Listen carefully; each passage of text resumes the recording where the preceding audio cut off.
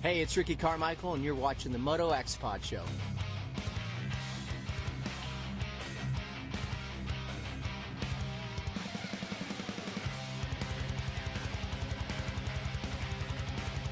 What's up, you guys? Jeremy McGrath here.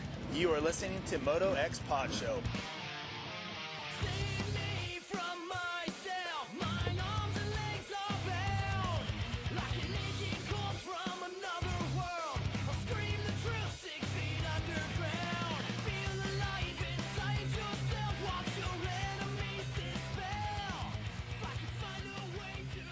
What's up? The 2023 Supercross season has come to a close. A new 450 champion was crowned, and now it's time to get into the great outdoors. We're going to talk about all that stuff. I'm looking forward to it. Before we get into it, this is the Vital MX MotoXpod Show presented by Boyesen and Race Tech. I'm your host, Darkside.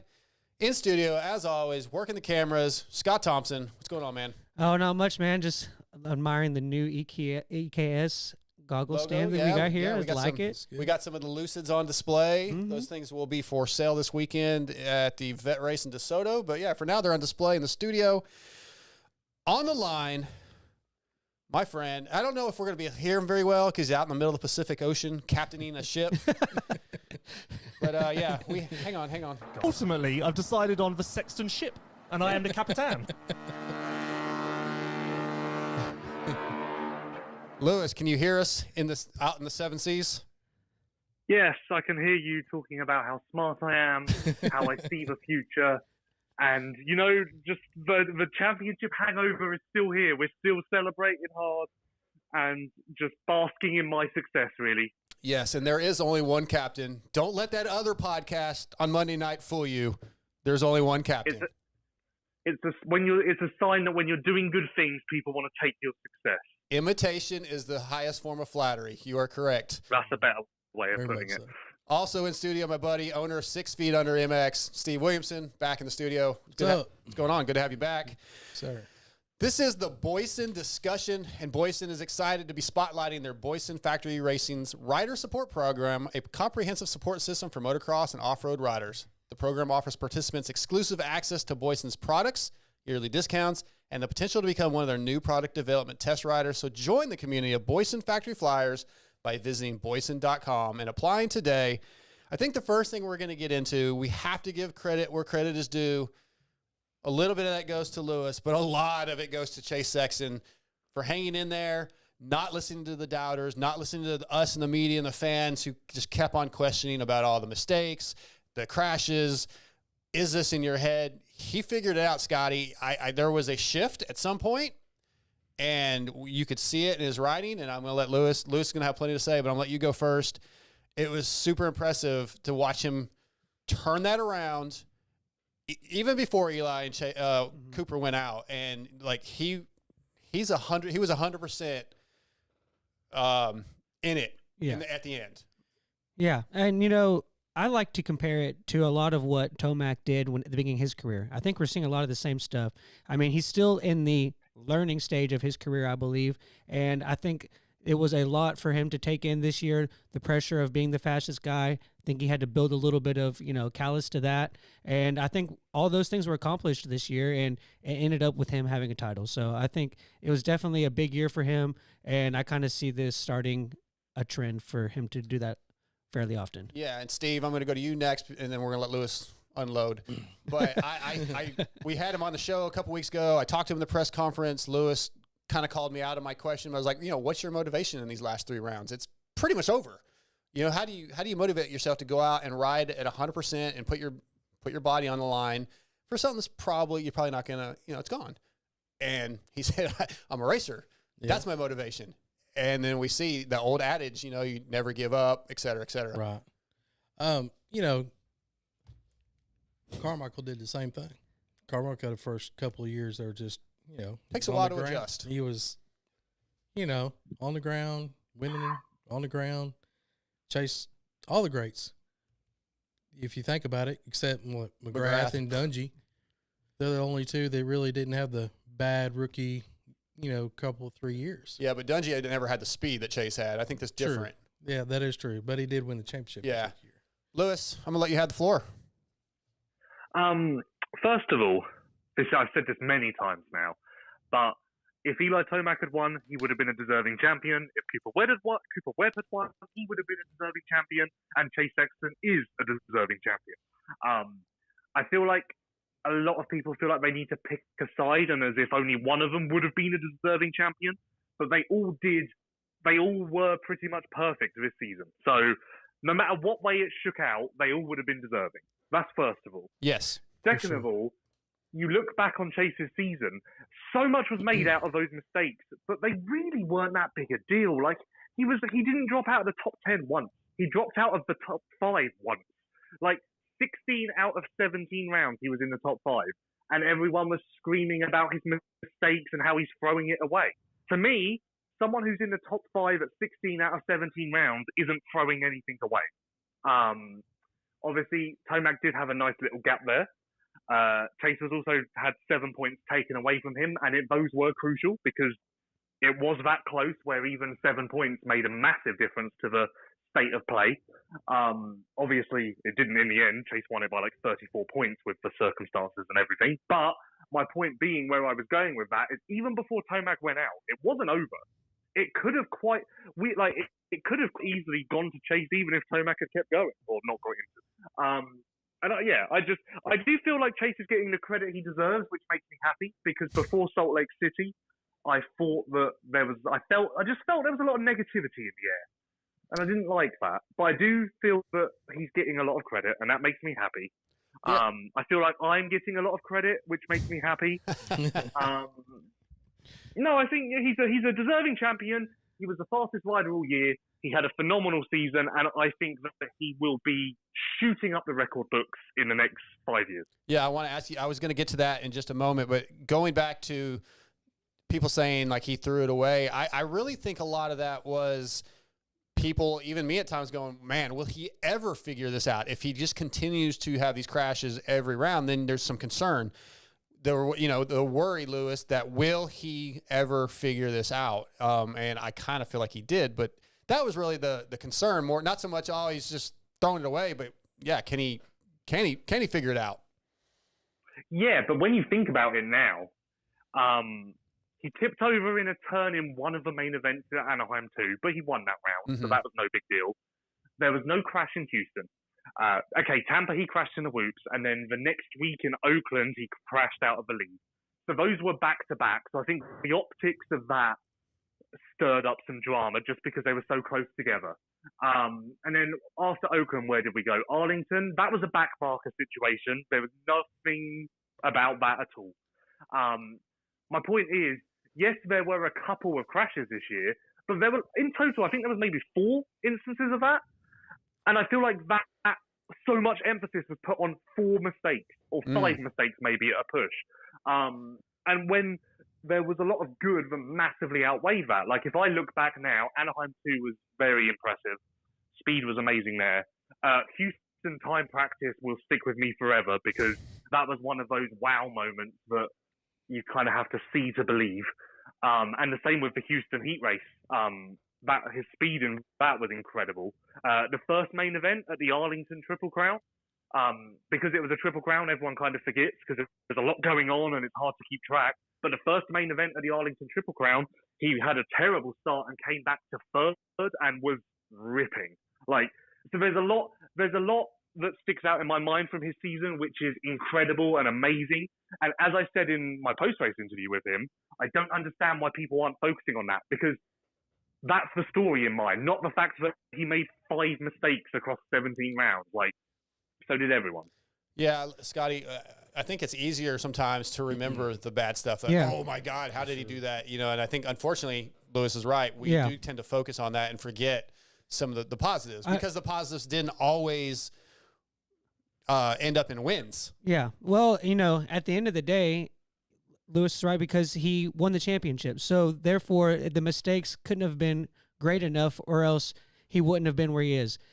I know it's hard to call the Tomac situation and the Cooper Webb situation mistakes because they just kind of were they weren't really mistakes. They were just racing incidents. Racing incidences. But that was. I got you. Yeah. So I think it's hard to say that those were accidents or mistakes, but the fact that they weren't there at the end shows that maybe those were greater circumstances than what Chase went through. So he has the championship. You can't take it away from him. I think going back to what Lewis was saying and what I said earlier, I think this is the rocket ship taking off for him. I agree. We're going to touch on it For sure. His mistakes, they were when he was in the lead. Yeah. So they're under the microscope. Everybody, yeah, I mean, how they do don't you talk about Dean Wilson or whoever. Sorry, Dean Wilson or whoever in 12th making a mistake, or anybody. It's not as you don't notice it as much. You don't even hear about it. Right. Really. And yeah, I mean, when you're in first, you're leading the race. How many poles did he, or super poles, whatever, fastest qualifier? 15? Yeah, 15. Yeah, it's crazy. You're under the microscope. Every little thing you do is magnified.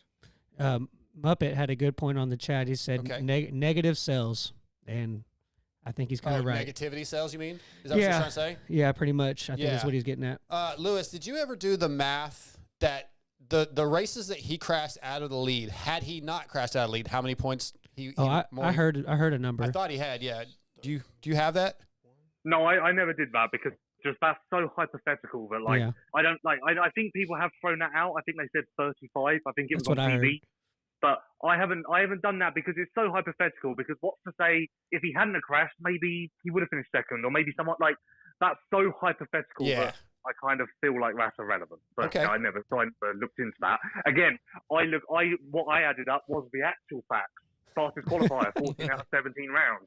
Top 5, 16 out of 17. Podium, 13 out of 17. Like, those are real facts that can't be disputed, and Again, I don't understand why those weren't focused on more, but that's why I'm here, Jamie. Bringing the positivity. Yeah. So with his future, like I said, I really felt we saw a shift in his mentality. I feel like he's changing the narrative of his career within the last few weeks. We saw that. I think going forward, we're going to see a lot less of all this negativity stuff we've talked about. How far does he go in his career, Lewis? I mean, again, this is hypothetical. We're projecting.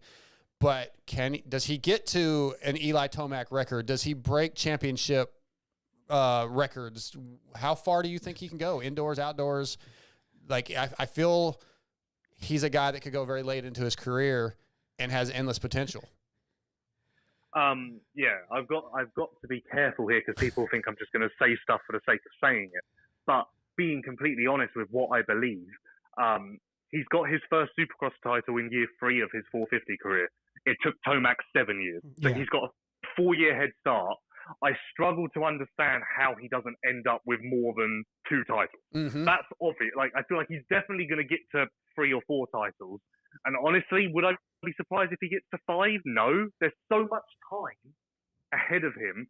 And the riders he's racing against, Tomac, Webb, Barsha, Anderson, Roxon, they haven't got time on their side. They're not going to be around for much longer. So I almost feel like the hardest days of Chase's career are behind him now. And it's as bad as it sounds, I think it's about to get a lot easier. Because he's going to be growing into a better rider, a stronger person, mentally, physically, technique-wise. He's going to keep getting better whilst his competition starts to step away and these new guys step in who have to take the same lumps that he... Yeah. Are you there, Lewis? We lost you for a second. Oh, did you? Yeah, it just went quiet for a second. Okay, yeah. Go ahead, Scotty. Yeah, this outdoor season coming up, like, who really can match him? I mean, I know everybody's saying... I think Jet's going to have moments. I know, and I think Dylan... Yeah, but Dylan's there's a giant asterisk. 21. I know, but there's a giant asterisk on the Jet thing because it technically hasn't happened yet. Yeah, so, fair. It was funny. Lewis was like, "I don't like hypotheticals." Then you make him do a hypothetical. But another thing about Chase is he's a thick guy. He's stocky. Strong. So I don't see injuries coming as easily with some of the other guys. Like, he can have a crash usually, and because he's strong. And so I don't think injuries are going to plague him through his career. It's, again, just being hypothetical. It's just what I feel. But yeah, Steve, I think he's going to be a guy, hits the deck, he can get right back up most of the time. It's already proven. Yeah. He's done it how many times last year? Last year it was horrible.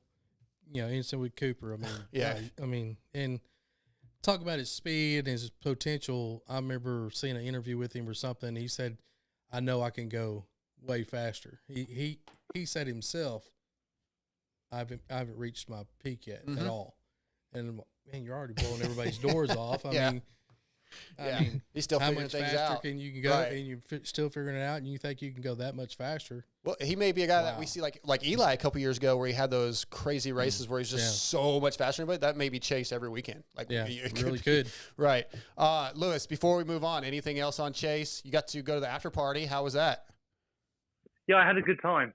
I had a good time. It was our championship party. It was great for everyone to celebrate us.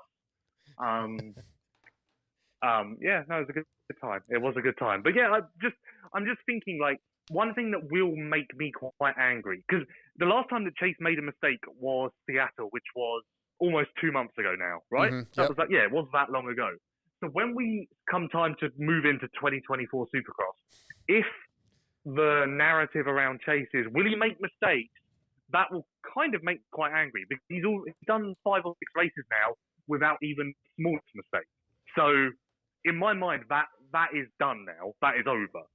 If he makes mistakes at the first 5 rounds next year, I would be shocked, because I truly believe that is over. And I think that narrative needs to not be talked about anymore. I agree. Yeah, we all are human. I mean, there might be, but we need to drop that as part of his narrative. That's kind of my point earlier. It's time to move on from that. And then if we come into 24 and 3 or 4 rounds in, he starts doing the same thing again, maybe we can jump back on that. But going into 24, we need to drop it. Hey, Scotty, did you know that you can get the same great products, settings, and services that Race Tech offers locally to you with a tuner you can drive to and likely see at your local racetrack? I do now. You do now. Go to racetech.com, find your local Race Tech Service Center. This week's Race Tech Service Center spotlight is Phoenix Suspension in Phoenix, Arizona. Owned, operated, and tuned by the world's fastest suspension tuner, Chris Zombie Blows. He believes in the products so much, he now installs it himself. Chris Blows at Phoenix Suspension. Check it out if you're in the Phoenix, Arizona area. Let's move on. Hey, Kenny have we got any official word? I know Monday, Lewis, we were hearing that he thinks he's okay, but he hadn't had an MRI yet. Have we heard anything official? I think he's fine. And I think even if there is something that he's nursing, I think the idea is that it will be fine by World Supercross. I think I think if he was down to race parlor, I think we'd be hearing a lot more, and it would maybe be a lot more panicky. But seeing as he's got a month and a half, I think that they're just beating the drums of it will be fine by then, so no need to worry. Okay, couple small things I want to touch on real quick since we have a few minutes before we get Max Anstie on. I didn't even mention the guests. Max Anstie tonight, Justin Hill, and Ryder Difrancesco. Sorry about that. Mathis made a tweet this week that you did not go on track walk because you were wearing some nice Jordans. I don't blame you. I wouldn't want to get my Jordans muddy either. I don't really know why this is such a big deal. Why is track walk that important anyway, Lewis? I'm on your side. No, I had track walk shoes with me around, but and the plan was to change before track walk, but I got so busy talking to people that I ran out of time. So I was prepared for both instances. But yeah, I mean, I'm not wearing Jordan. If I got Jordans on, Scotty, I'm not going on the track and getting my Jordans muddy. I mean, TJ, if he was here, he'd wear his Air Force Ones anywhere because he's cheap. But Jordans are bitching. Yeah, well, yeah. See, I would have just worn an all-encompassing shoe that day. Like I know I'm gonna have to walk a lot, and I'm gonna have to go maybe in some mud. I'm gonna, a lot of people bring like a second pair of shoes or boots. Yeah. I guess I'm just not at that level of life yet. I feel yet. like it's just Steve trying to tear my Vital MX coworker down. Just like he's trying to steal the Sexton shit. That doesn't sound like him at all. Yeah, you were about to say something, Lewis. No, I'm looking after my own brand. I'm just looking after my own brand. I could turn up with trash bags on my feet as shoes, but that would not be good for my own brand. Cargo shorts. I'm just looking after my own brand. All right, let's shift gears. I talked to you about this off air for a minute. I guess Star Yamaha was not thrilled that Honda with the Lawrence brothers ran the #1 plates. There's a little bit of discrepancy on what the rules say. I looked it up. I don't see any rule that says you can't run the #1 the year you win it at the final round, etc. Did you get a chance to look into it? No, I did not. But truth be told, are Star Yamaha ever happy? That's a good point. I feel like they would question or protest or point fingers at any slight change to the norm.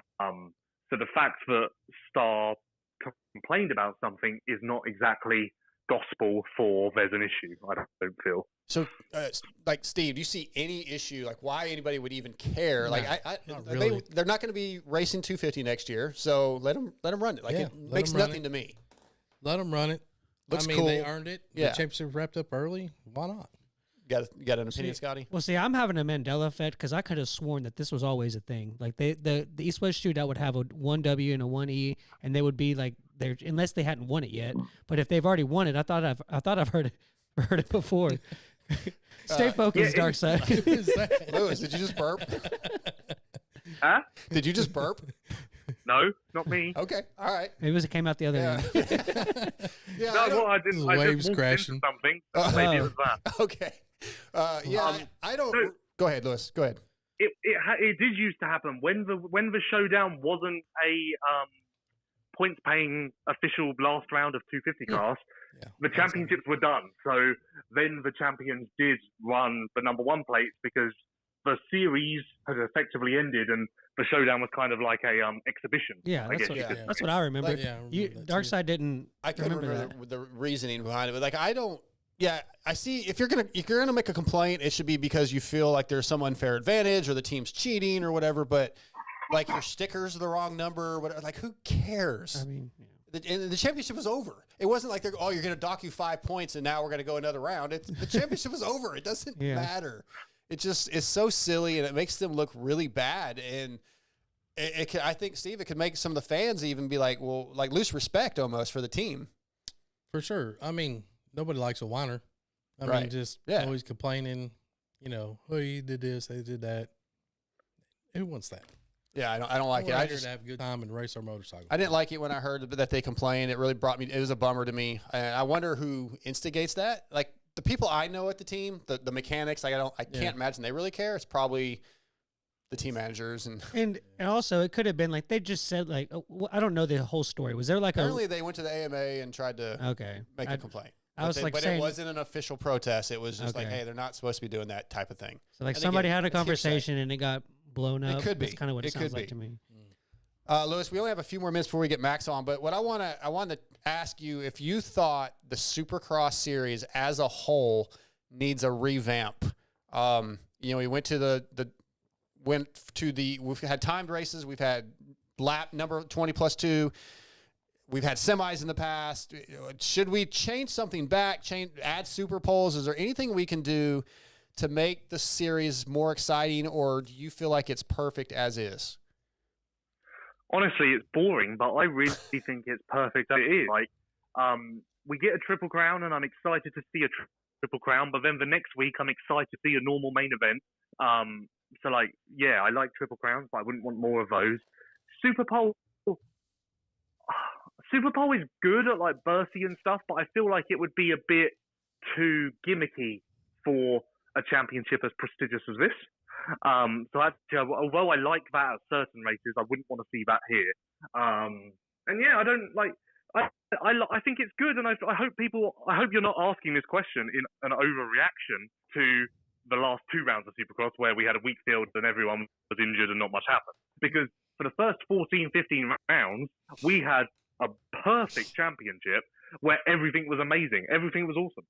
Yeah, and I agree with that. I wasn't asking. I was just in general kind of wanting to see what everybody's thoughts were because, I mean, yeah, I thought it was amazing up until the last couple injuries. We in theory could have very easily. We came 2 weeks away from almost having a championship that came down to the final race between 3 riders.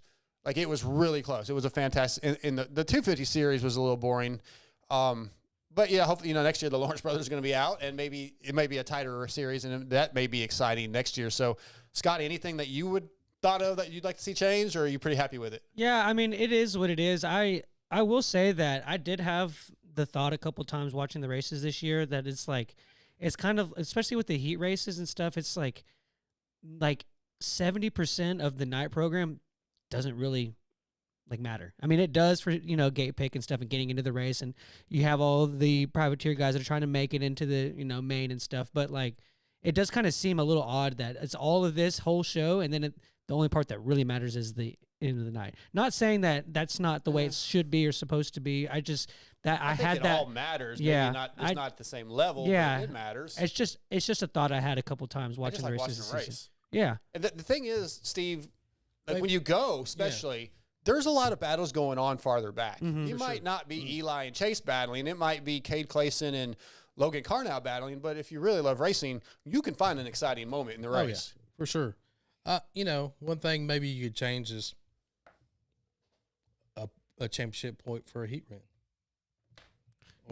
Or like qualifier. a point or two. For that, or, you know, I mean, not that the points weren't pretty close throughout the whole season this year and in seasons past, but you know, it'd make the whole day more important, like you were saying, not just the main. We've had the discussion about like points for fastest qualifier, but we actually have our first guest online, so we're gonna Guts Racing. Andy Gregg and the Guts Racing crew have been providing the best seats and foam in the industry for years. For 2023, they've added Kawasaki to their complete seat lineup, as well as the color teal to the gripper material options available. Also new for 2023 are options for your e-bikes. They have complete seats for the Talaria and Super 73. And covers for the Segway and Suron, and they have options for the Honda, KTM, and Husqvarna electric bikes. Visit gutsracing.com today to get your seats built. And tonight, Guts Racing brings us from the Firepower Honda team, Mr. Max Anstie. What's up, Max? Hello, mate. How are you? Doing good, doing good. Great to talk to you. Congratulations on what I consider to be a very successful season. Looking back on it now, a few days later, what are your feelings on your season? Yeah, obviously, it was a success. I think I don't think we could have executed much better. I think you know, getting 4 podiums, got the whole string of them.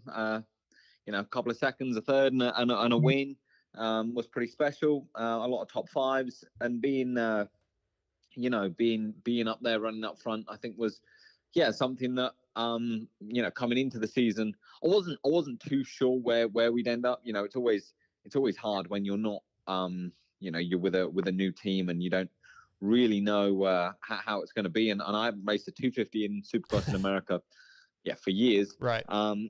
So it's one of those where I think we did a great job. I'm lucky the team provided me with a package and a platform to perform on, and we were able to go and do a good job. Okay, of course.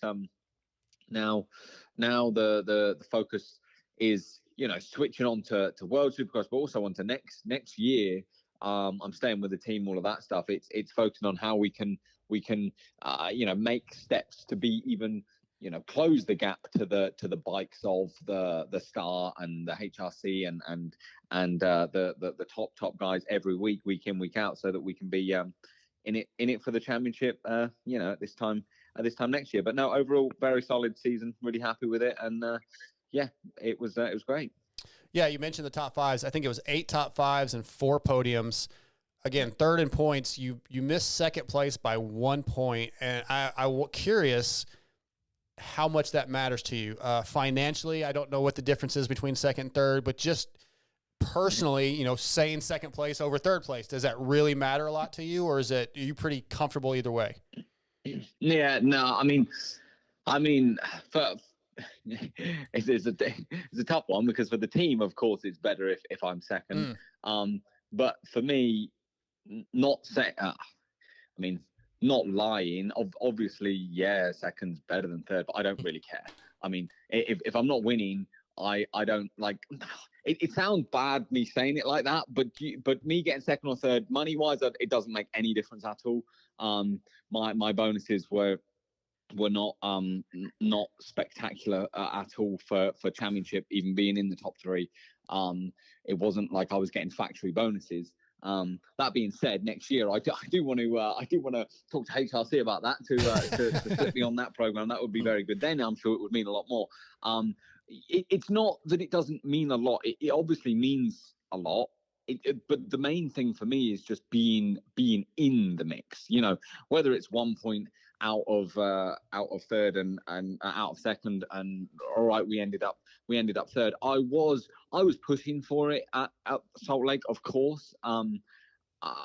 Again, last lap, arguably, it was Jordan Smith. I wasn't sure whether I had to pass him or not. It was getting tight with Hunter being behind me. Okay, I could have done something a little over the line and tried to take us both. I could have tried to take him out, or I could have ended up going down. It's like, man, I've got other races to compete in this season, and right now it's not to win the championship. It was as much of a push as I was comfortable with, and fair play to Deegan. You know, Hayden rode a great year. He done really well. He deserves to be up there by all means. So no, I'm extremely happy with the top three. I think for me and for the team, it proved that we're competitive. We're in the top three. As far as it goes, yeah, like money wise or like how I feel about it, I would still be sat here going, yeah, it's great being second or it's great being third.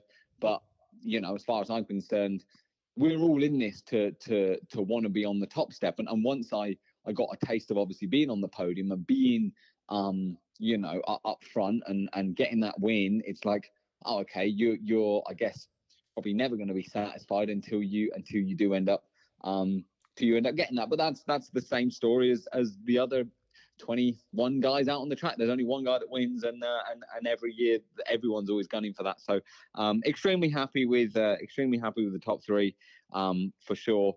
But as far as it goes, yeah, it's just I'm happy where we're at. I want to improve for next year, but it's all going for that top step instead. Of course. Yeah. Lewis. Oh, is it my go? Yes, Sorry. sir. That's okay. Hello, Max. How are you? Oh, I'm doing all right. I'm not doing too bad. How's life with you? I'm good, thank you. I'm good. I'm just going to ask you a question quickly. After how good you did this year, and you kind of got a taste of Supercross success, do you wish now, looking back, that you had gotten out of MXGP sooner, or maybe not even gone back at all? No. God, you do come up with some good questions, don't you, Luke? But no, I think I'm content or happy with the way that my career's gone. It's one of those where you can look back with resentment of, oh man, like if I'd have made this decision or stayed with this team, or this could have happened or that could have happened. But at the end of the day, everything in life is preparation for the future, I feel like, and it's all of those years in GPs have prepared me, even for this year, getting on the podium. Like there's still a lot of pressure, obviously, holding it together in a Supercross. It's not like, look at Vial. It's not like even when he was up front, you can just go, oh, okay, yeah, I'm gonna get on the podium. No, you've got to hold it together for the motos, and I think Matterley, the Nations, I think years in GPs, the 450 class in GPs taught me a lot of that, just being able to focus on myself. So I don't feel like I would have changed anything, because I feel like the best is still to come in a way, and I feel like it's only preparing me for where I'm at now. I mean, yeah, a lot of guys, they always compare me to Jeffrey or to Hurlings or to Roxon, because it's like we grew up all together and they've had a lot of great success. But it's like, okay, well, every person's on their own kind of path, and I feel like there's no reason. I definitely don't feel like I'm done learning and growing. I feel like I'm getting better and better each week. Each day I'm out on the track, I feel like I'm getting better. So as long as I still feel like that, I feel like there's a good chance in the next few years that I can, be even more successful than what we were this year. So no, I think it's been good. Hey Max, just congratulations on the achievement. I thought it was awesome to see you succeed this season. I've seen that your wife has been known for being passionate and involved with your program, and I think I've always thought that was really cool to see her involvement with your program. And I wanted to know how her reaction was to this accomplishment, and as a family, how was that moment after kind of the dust had settled and it was just you guys back at home? Oh, it's been a ride, you know. I mean, at the end of the day, she's been through it all in the GPs, and in GPs it's different, you know. Like, she's down there on the start line or in pit lane giving me my goggles after the sight lap, and she's up top in pit lane. Like, there's a whole load more to it than in the US, because the US is a little more simple. But her being a major force in me moving to America, I mean, at the end of the day, she left her family and friends behind, and pushed me to even come out here. You know, I was comfortable in my bubble of GPs, and she's like, no, you know, America's where it's at, and it's extended my career and given us a great life now. You know, the first couple of years were tough. We lived all over the place. We were up in a little place in Madeira, up in Central California for a little while. And when we think back to where we were there to where we are now, and again, you know, I appreciate everything that we've been through and where we've been, because, you know, now we're in Cairo, Georgia. You know, you can argue that Cairo is not exactly the biggest place, but we've got our little guy, we've got our dogs over here, we've got everything. And she was really happy, and of course the whole family was, and even you know, after the race, she was, you know, we were having a good time, and we had our little guy with us, and she was just like, you know, don't eat the free pistachio ice cream, because it definitely turned. We were at this ice cream place, and it you know, we were having a good time. It was the moral of the story is we were definitely having a great time, and we've enjoyed the ride that we've been on. Can't beat that. Hey, Max, you've been in the sport for a while. You know, with all the injuries this year in the 250 class and the 450 class, what has changed, or is anything changed, or is it just Supercross? What do you mean? What has changed with me, or what do you think has changed with just within the sport, like the tracks, in the general, bikes? Like in general to like what do you mean? Well, like with like the bikes or the tracks, or he's saying it seems like there's been an excessive amount of injuries this year. Do you think is there anything? You know, there's always arguments about the horsepower of the 450s is too much, or the tracks they're making the tracks too fast, or you know, there's quads everywhere now. You know, no, I think, to be honest, it's so I was getting on the flight back actually from Salt Lake, and Ricky Carmichael actually asked me a similar question, and I didn't have an answer then, and I sat on the flight and I was thinking about it. Because he said, what's the difference between, like, you know, now to when back in the day they did, you know, 17 or 18 rounds, however many rounds they did with McGrath and all this stuff, and they were wide open, then going off to race Bercy and all these other races, because a lot of people say that there's too many races. I then thought maybe it's not. It's again, this is just thought that I've had. I don't think it's the amount of races. I think it's the depth of the field. By that I mean not everyone, but like you look at the 450 class. I added it up quickly on the flight. Going into A1, there was like 17 guys that have either won races in the 250 class or won championships. Wow. There's like 17 guys in the 450 class that could potentially win a race. Well, when you've got 17 guys, they've all got trainers. They've all done their nutrition work. They're all mentally good. They've all got great bikes. They've all put a lot of laps in. They've all done the work.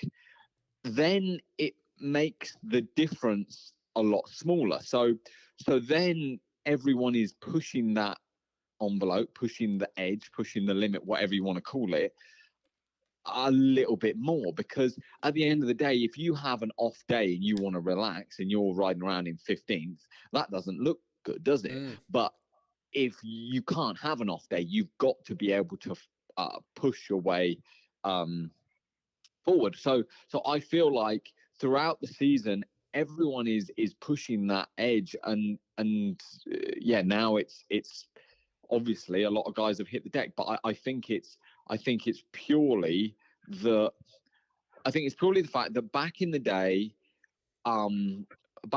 there was only a handful of guys that could win, that all had good trainers, that had I could be completely wrong with that again, but that had the competitive bikes and all this stuff.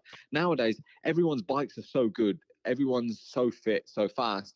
I feel like the limit is closed up with the bikes. It's closed up with the track. Everyone's going to be fit. You put everyone on a VO2 max test, everyone's going to be basically the same. Everyone is that top 17 or 15 guys, whatever I was saying, is all going to be really fit. So it's now down to 1 or 2%. Well, if you can make up 1% by just hanging out that little bit more and, be on that edge of, oh, my days, I might just crash in a minute. Well, you might make it for a few rounds, but then you're going to be upside down. It's a lot easier said than done, because I've been in that situation. It's very, very hard to do. And I don't know how you get around that unless you're just way faster than everyone else and you can just cruise it. Like you see Jet kind of doing sometimes in the 250 class. It's like you can almost tell that he's at 80%, not 100%. I feel like most of the guys in the 450 class are at 110%, and then they're hitting the deck. Yeah. Okay. That's a good answer. Thank you. Yeah, that's awesome. I want to go back to something you mentioned a minute ago. You talked about wanting to get the bike closer to what we'll call the higher end factory level teams. What is it? What are the main things that you need with the Firepower Honda to maybe make that next step? Or is there a little something? Is it engine? Is it suspension? Or is it a mixture of things? I have no idea. That's a question for Martin Davila. He's the team manager, and to be honest, I'm very lucky and grateful that he's got so much knowledge of this 250. My bike is good. I've won a race. I've been on the podium.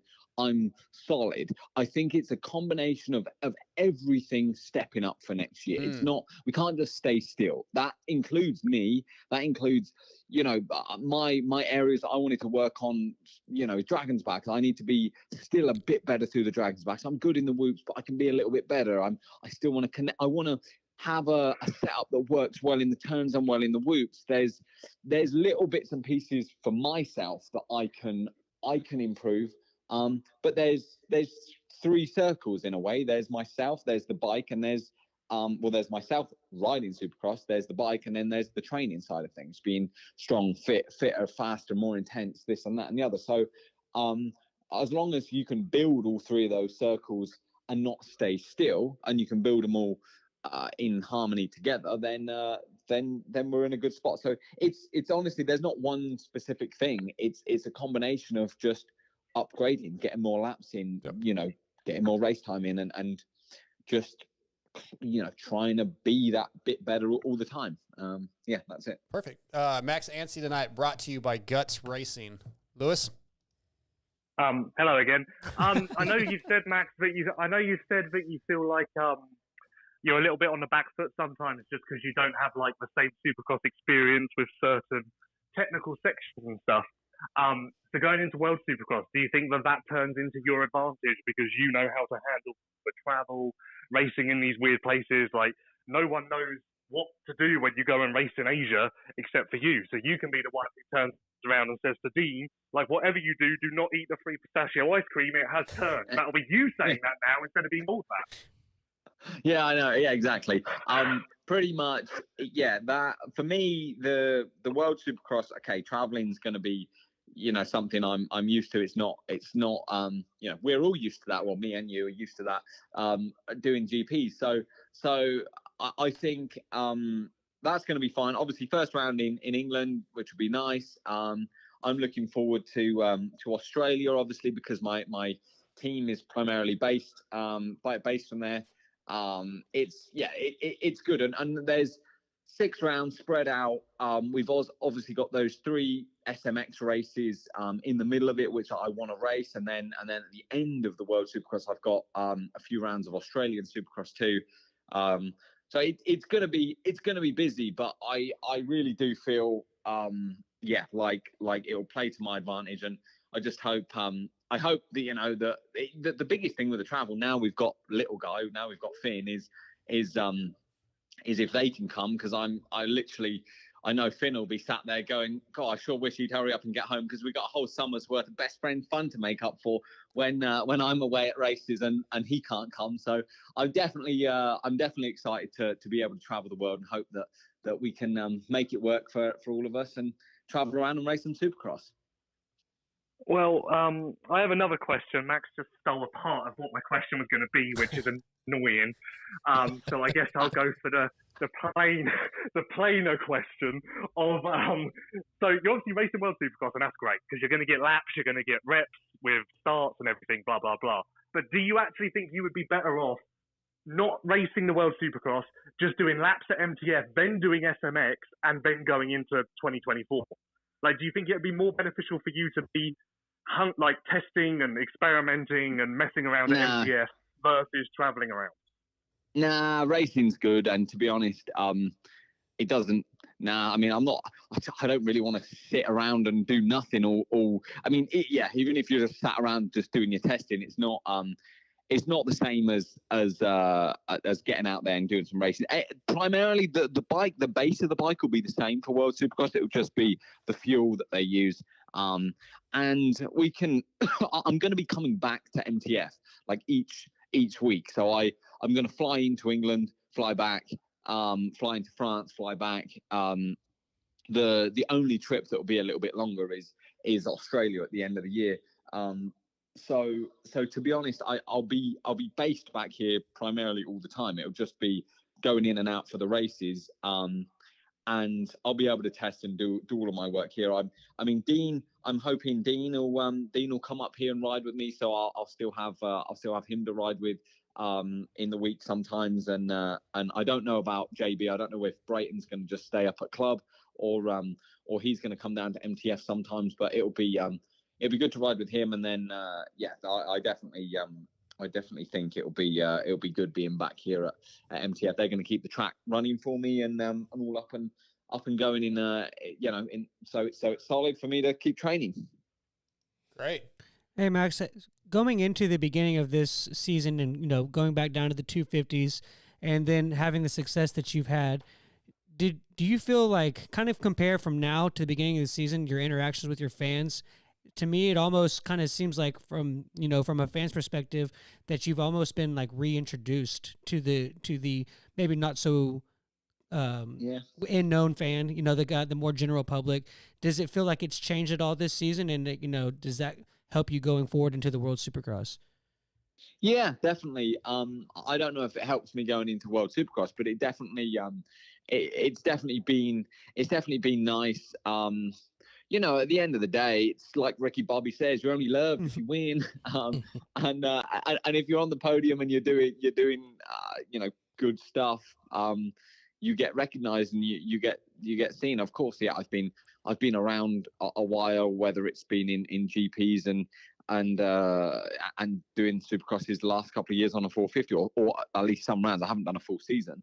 But yes, this season, it's like I read somewhere as well, like you become an overnight success, but little do they know it took 30 years to get here, and that's exactly my way of looking at it. It's of course it's been great. It's been great for the fans to see a little more, and I feel like it's where I'm supposed to be. I mean, I do quite enjoy having a good chat to. I mean, Will's English too. Like when I speak to Will Christian, she's up there. Like it's easy for me, and at the end of the day, yeah, it's all part of the fun and part of the game, and I do enjoy it, and I definitely think it's been fantastic this year to have put myself in that position to even be able to be on a platform to I don't know, be in front of the fans and get noticed in that way. And I just hope, I guess actually, I'll come back to the second part of your question.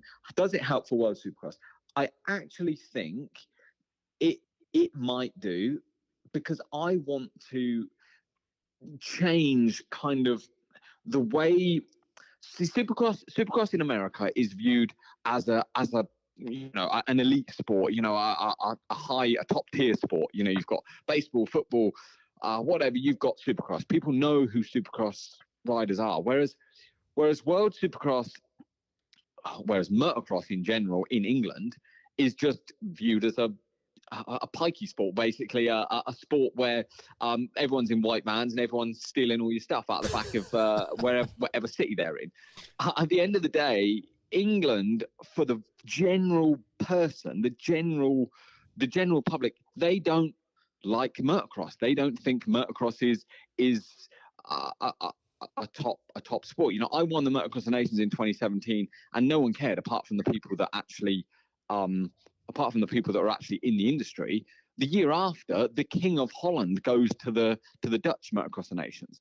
I really hope that this, that the American Supercross maybe has given me a platform to when I go to Birmingham to the World Supercross round in the UK, and having World Supercross as a Saturday night event for families to come to. I'm hoping that I can shed a new light on the sport of motocross and supercross, and inspire the young kids of England and Europe to be professional, to maybe one day get to the level that I'm at, but also for the general fans, for the general public, to open some eyes that, all right, this is a legit sport, that these guys are athletes, not just showing up in their van, because it's like they don't understand the different.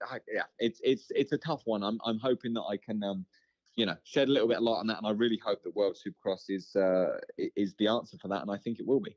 Yeah, that's awesome. I hope so too, because you definitely got a lot of spotlight this year. I got a couple more. I got one more, and then Lewis is going to ask one. But you mentioned, when I asked you about what could be improved on the bike, you mentioned some things you need to get better at. But what do you feel you were most improved on this season from January until now? And what is maybe the one thing that you feel you struggle the most with, whether it be whoops like you mentioned or starts, etc.?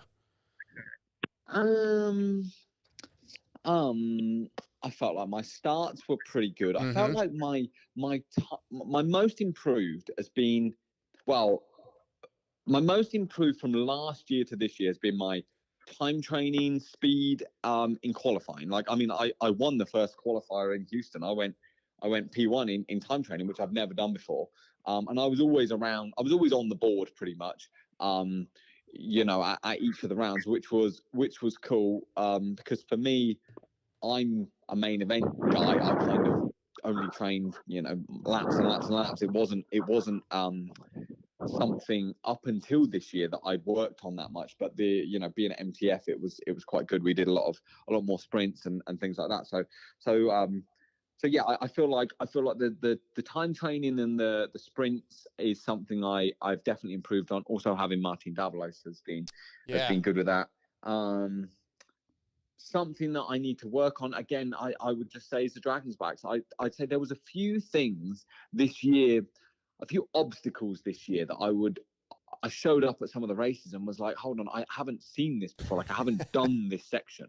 The Dragon's Backs that they had were like 5 Whoop Dragon's Backs, which were, back in the day, I'd only ever done 4 Whoop Dragon's Backs, and the 5 Whoop Dragon's Back was a bit different, and some of them were big and peaky, and you had to get the drive and the traction through them. So there was a couple of obstacles. Even in Atlanta, there was a little double into a 3 onto a table that was just weird. I just felt like I hadn't practiced that kind of thing before. I hadn't done that kind of section before. So there was a few tracks that we went to that there was some things that I was learning on the spot. But again, that's all part of the experience. I might be a little older, but there's still some experience lacking there with some of the track conditions and track obstacles on the track, just from not having multiple years of Supercross riding. I would say just that. All right, thank you for that, Lewis. When is your off season? Obviously, because with SMX and then the last rounds of World and then Australia Supercross and then Anaheim 1, your off season isn't going to be October, November. So when are you actually going to have a break? Well, I'm having a break now. I'm actually sat in my gym right now because I was in the gym before you guys called, because I haven't done anything since Salt Lake and I was getting kind of bored. So I'm having 2 weeks off now off the bike.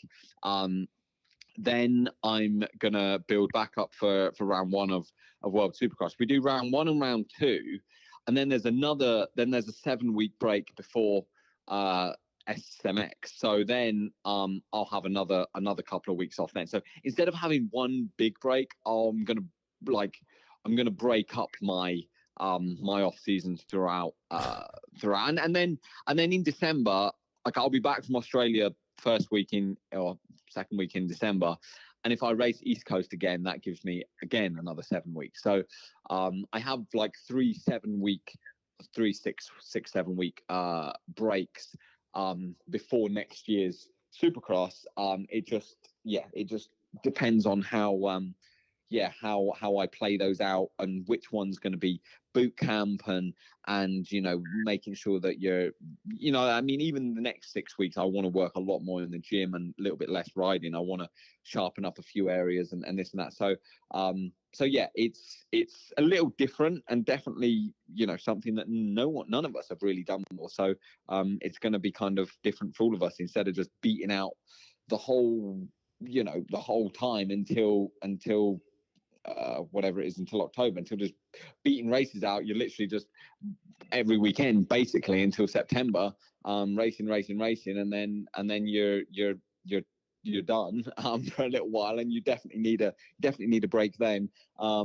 It's definitely different doing this schedule, but yeah, I'm looking forward to it. Before I let you go, my last question is, if I'm not mistaken, our own Lewis Phillips stayed with you the week leading into your win. How much credit do you give him for that? Because he is inspirational, as we've seen with Chase Sexton. I know. I mean, I think Chase has felt the magic, and obviously I got sprinkled a little bit of magic on me, and Lewis done an amazing job, and to be honest, I think he's the secret. He's the secret to us Honda guys. So I think he won't be going to stay at anyone else's houses. Don't worry. Yeah, I don't think it's just Honda. I mean, he left the UK, and we see Jeremy Sewer having a rough year. I think, I hate to admit it, but I think Lewis is right. He is kind of the moto whisperer. Yeah, exactly. I know. me and Max are actually beefing at the moment. Oh, we're not on good terms.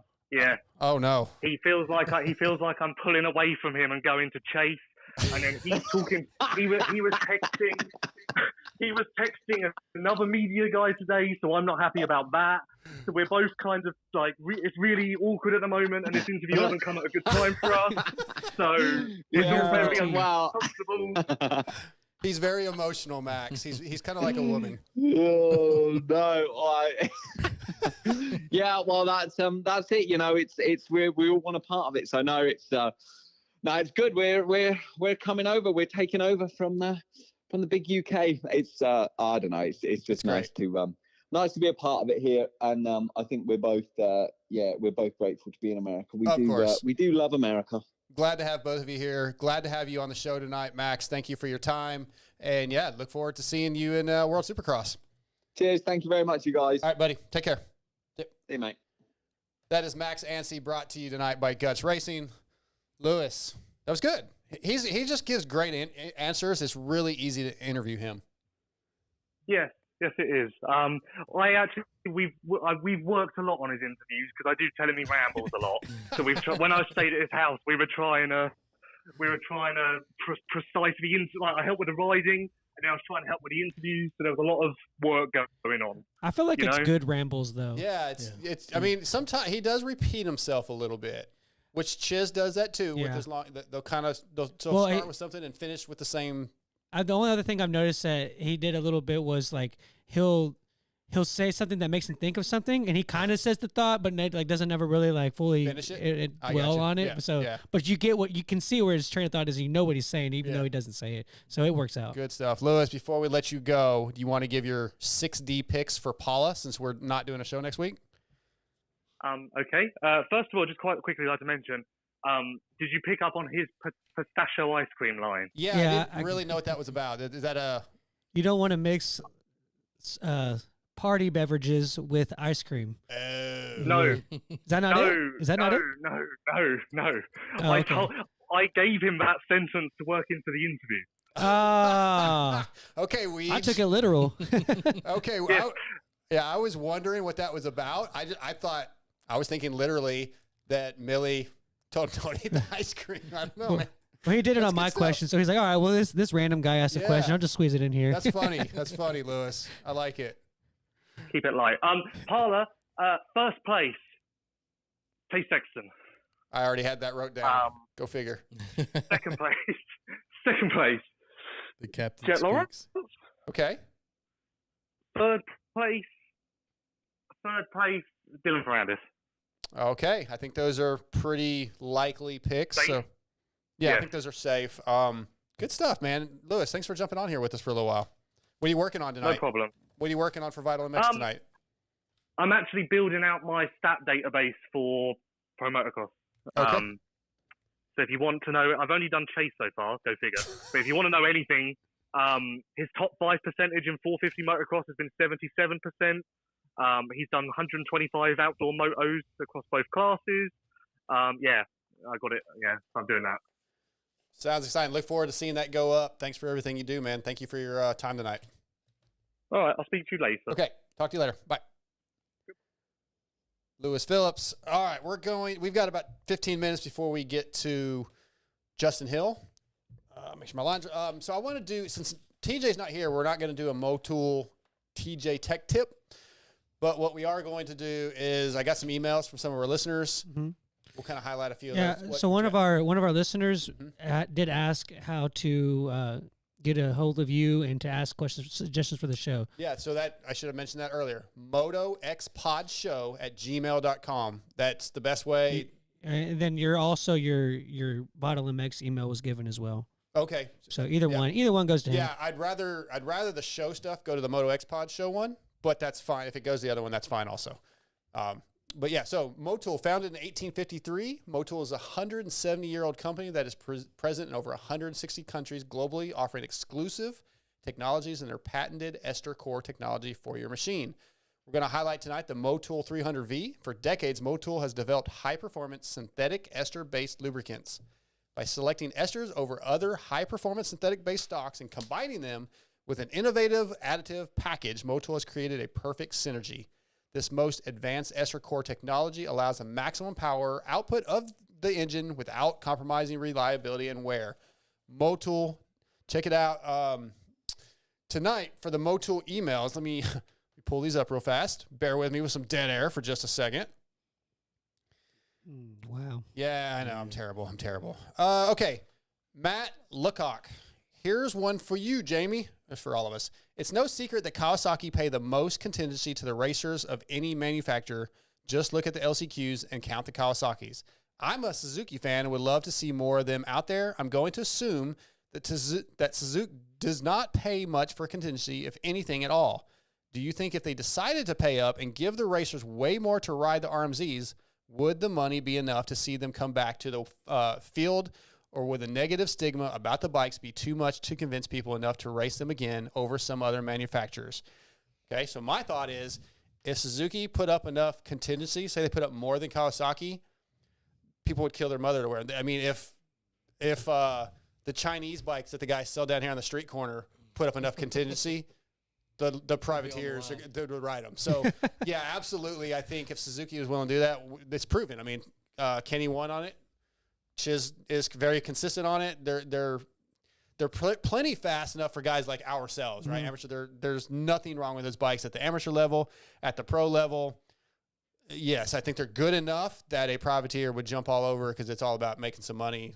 Penny, for your thoughts, Scotty? Yeah, I think that to be honest with you, I was going to the chat. I didn't catch quite the first part of the question, but the question basically is, if Suzuki put up enough contingency, would privateers ride them? Oh yeah, 100%. Because I remember back in the day, there was Brad Smith, who we used to have had on the show before. Yeah, and he passed away. Yeah, I know, R.I.P. Brad. But he told me one time that he made almost $50,000 back in like 2001 off of him and his boys on contingency from Suzuki. Yeah. So they used to do it, and Suzuki, but Suzuki was more considered more on an equal level at that time period. I get it. So well, that's what I'm saying is that have a negative stigma in the last, let's say, 5 years. Well, what I'm saying is that to your point, the contingency would probably kind of change that. I think it would kind of reverse it, and they'd be all kickstarting if they kickstarting to the cash, for sure. I'll kickstart for extra $1,000. Yeah, I'll push start the bitch. Sure. Wow. Steve, you agree? Yeah, for sure. I mean, the bottom line is, I missed the contingency for like Didn't us, pay. for amateurs and stuff that they used still to got do. it. Honda has it. Really? Yeah. Well, I can't get that stuff anyway because I don't go buy bikes anymore. Well, Yeah, I'd ride a Suzuki. I mean, I'd ride a Suzuki if the contingency was right. And I think, like I said, any privateer. Yeah, I've rode Suzuki my whole life. Privateers cut their hair and do all kinds of crazy things for a little extra money. So, yeah, they're all in. Oh, yeah. You would never cut your hair for a little extra money, would you? I did it for money, but yeah, I did for a bike. Okay, Shane Bagley. not much difference. Yeah, Shane Bagley for his Prox highs and lows from Salt Lake City. He said the low was the lack of factory riders able to challenge Chase for the win. No one left his near fast enough. It was a stroll in the park for him. And his high was, let's take it outdoors. Time to get the real dirt bike racing and separate the men from the boys. Love me some outdoors. Jet, Chase, hopefully Dylan, healthy and back to speed. Optimistic. This is a great outdoor season. He also sent in his 60 picks, which he did not get even close. But I liked him because he went Chase, Roxon, and Colt Nichols. I kind of like that. Well, you got Chase right. Yeah, I mean, I like the fact that he went with Colt. Yeah, I'm scanning through. I thought I had one more, but I really appreciate. I like everybody getting involved. What you got? Yeah. Well, I mean, is Colt riding outdoors? No. No, it was for Salt Lake City though. He picked well, up for Salt Lake City, and Yeah. I like him doing that. Yeah. Let's see. We got about 10 more minutes. So here, I'm going to do a random question. Damn it, I'm trying to find it now. I'm a little. Oh yeah, here we go. So I saw this on social media somewhere, and it was, give me something. I should have given you a heads up on this. Something that seemed very scary in your life in the moment, but now you look back and laugh. Like, do you have any thoughts like that? This was just a random question. I thought that's kind of interesting. I'd like to get. It doesn't have to have anything to do with moto, in my opinion. It's just a random question. And if our listeners want to send something like that, like to the MotoXpodShow@gmail.com, that'd be cool. I just thought it was an interesting question. Because all the time, even like going and talking to a chick or whatever, you're terrified. Like those things seem so funny. How you the terror in your body, and then it's like later you're like, why was I freaked out? Anything like that stand out? What's funny is the first thing I think of is stuff in moto. Okay, like, well, that's good for the show. Yeah, well, like when I'll hit, I got a lot better when I started riding more, and now unfortunately I haven't been able to ride a lot. Hopefully I can get back to it relatively quick. Yeah. But I got to the point there where I think it's kind of like what you're going through right now, where I was faster than I think I'd ever really been before. That only happened one weekend, by the way. Dude, I watched you ride at his house, and I think you've gotten like way better, like way more better than you're ever going to give yourself credit for. Way more better. Way more better. I feel like that's improper English, but keep going. I've heard. Okay. Since the moto industry is known for its proper English in every aspect. But my thing is like I'll hit like a little. I think that this triple or this step-on thing, or especially when I'd ride like tighter, more jumpy, kind of like night tracky or like arena cross style kind of stuff, I'll think of something that's like really intense, and then I'll hit it and I'll be like, I haven't done this for that long. Like that was really easy, and I kind of underestimated myself on a lot of that stuff. So I think for me, it is an answer into motocross. Okay. It's definitely hitting like a jump or something. Anything stand out to for you? sure. Yeah, I mean when I built that new triple at the track, The one I hit the second lap? yeah. And everybody was sitting there looking at it and going, wow. And everybody else is coming by on road, and man, that just looks gnarly. And it looks gnarly. But Yeah. it's really so easy. It's not even, when you first hit it, man, you're all puckered up and You're like, oh, that was nothing. Yeah. yeah, it's pretty crazy. But yeah, for sure, riding different obstacles or, some new big jump or just going through I'm trying to think of something else. Yeah, well, there's a million things. Like I don't know if anybody in the chat's got anything. Like I could sit there and go, like the first time you have sex, you're scared, you're terrified. Yeah. You look back and you go, wow, why was I scared? Or the first time you're maybe, well, you're married. You've been married 27 times. I've been married twice. Like 27 when you go to propose, and or even to just ask a chick out, and you're nervous, especially when you're a kid. Just all those things. There's a lot of things in life that you can look back on, and it was just a random question that I thought that's kind of interesting. We only I'm trying to think we have a few topics, but I don't think we can get to a whole lot of before we get him on. Do you want to real quickly jump on? I was complaining about the diet stuff. Yeah, we can do that real quick. Sure. So I think most people that listen to the show know that I've been trying to get my butt in shape for about 9 months to a year now. When I first started, I cut all my sugars out. Basically, well, I shouldn't say all, but I am a junk food fanatic. That is my addiction. I love ice cream. I love Captain Crunch. I love Reese's peanut butter cups all day long. That's the stuff I like, right? Speaking my language. Love it. Oreos. Cut most of that stuff out for about a month and was getting in better shape. And then Steve Mathis and Chris Kiefer were like, oh, you look like a crackhead. You're losing too much weight. So I was like, okay, I'm just going to keep working out, but I'm going to eat what I want. So that's kind of where I've been for about 6 months. Now I'm on this kick where for the first time in my entire life, I want to have abs. Damn it. I want to look like Brad Pitt. So I have been doing what feels like an insane amount of workouts for abs, like literally 3 a day, multiple reps each set during the day. And I was doing some research, and it's like, well, hey, a lot of the stuff that I am eating has the type of, I guess it's trans fats or whatever, that you're just not going to ever get abs if you eat that stuff. So yesterday I decided, all right, I'm cutting all this stuff out. No more sweet tea, no more Reese's peanut butter cups. I went to the store and I bought a bunch of freaking almonds and trail mix and blueberries, and those are my snacks, and it's pissing me off. Wait, hold on. You've only done this for 1 day and you're already to this point? Yes. I thought the way you've been talking about it, you've been doing this for like a month. You're 1 day in? Yes. I want macaroni and cheese right now. I want mashed potatoes. Okay. I want some French fries. I want some sweet potato fries. Like, I want all that right now, not in the next few days. I want it all right now. And then I want a big bowl of Bluebell ice cream with Reese's peanut butter cups to scoop it with. Well, okay. That's what I want right now, and I'm very angry. Yeah. Okay. You There's probably two. still have abs. They're just insulated. Yeah. They're there. Yeah. The 2 points that I want to make here is that you're eventually going to get to the point where you eat that stuff and then you're going to, like, it's going to make your stomach sick and you're actually not even going to enjoy it. How long do you think that takes? Like, I'm not even joking, because I went a month without that stuff. And like the first Coke I had, I could only drink a few drinks. Yeah, like I didn't drink sodas for a long time, and then like the first couple of times I drank them, it almost hurt, like it was so carbonated. I don't believe that could ever happen with ice cream and candy, though. I just don't believe it. Yeah, I mean, look at look at JT. He doesn't even like crave that stuff anymore. Nah. But okay, and then my second point, to answer your question, I think it's going to take.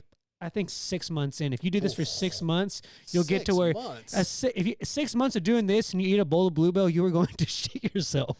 I don't know if I can take it. I'm not 100% sure I will live 6 months without Bluebell. I feel like it's part of my DNA at this point. Yeah. Okay. Well, hold on. My second point was that the debate we got in before the show was that I was giving you a couple of suggestions, like cauliflower mashed potatoes or something like that, and you're like, no, no, fuck you, don't eat cauliflower mashed potatoes and whatever, and I'm like, it's like you're being like a chick, like I'm giving you just viable suggestions. That's very disrespectful to chicks. Okay, well, my fiance even admits to doing this, like we'll give you a suggestion. They just want to. They just want to complain. They don't want you to help them. That's basically what I want to do. Yes, let me complain. Let me just cry, and don't give me any logical suggestions. Mashed potatoes, or what's the? I said there was. Wasn't the only suggestion. What are the zucchini? What are the? What's the stuff? The tofu hamburgers. Yeah, that's not a legitimate answer. I'm just giving you small suggestions that you can try to do to just alleviate the withdrawals of Bluebell. What I'm looking for is. Yes, Jamie, if you eat some Bluebell and Reese's, you can still get abs. I know you can do it. That's what I was looking for. You can. Just eat less. One. That's almost as bad as... man, it's kind of like you can only eat one. Yeah. I mean, you're going to end up being like Ben Stiller from Heavyweights. Well, most addictions take, 21 to 30 days? I think it was 21 or 22 days is what I was told to break a habit, which is what I did with the Cokes and the sweet tea a while back. And that was difficult because I'm the word addiction I'm using extremely lightly. Don't hate on me because I understand. Well, no, I mean, anything can be an addiction. I was I love my sweet tea and my Cokes. Right. And it was tough to do that. And I'm still pretty good at not the sweet tea, but I've cut the Cokes out quite a bit. But right now, cutting the junk food out for the last 24 hours is, it's torturous. I kind of want to walk out in traffic a little bit. I still didn't realize it only been one day. Yeah, I can't say anything because I would be there. Pretty good for like the last 9 months. A lot better than I used to, but to completely cut it out. That's tough. Started yesterday, That's man. tough, And I'm miserable. We got our next guest on the line. W is your source for all things wheels. If you're looking for a complete set of wheels for your bike, we have something for every budget. If you want to use the same wheels used by Eli Tomac, Cooper Webb, Malcolm Stewart, Christian Craig, Chad Reed, Jeremy McGrath, and many more, visit WUSA.com. Let them know the MotoXpod Show sent you. Tonight, WUSA brings us from Team Tedder, Justin Hill. What's up, Justin?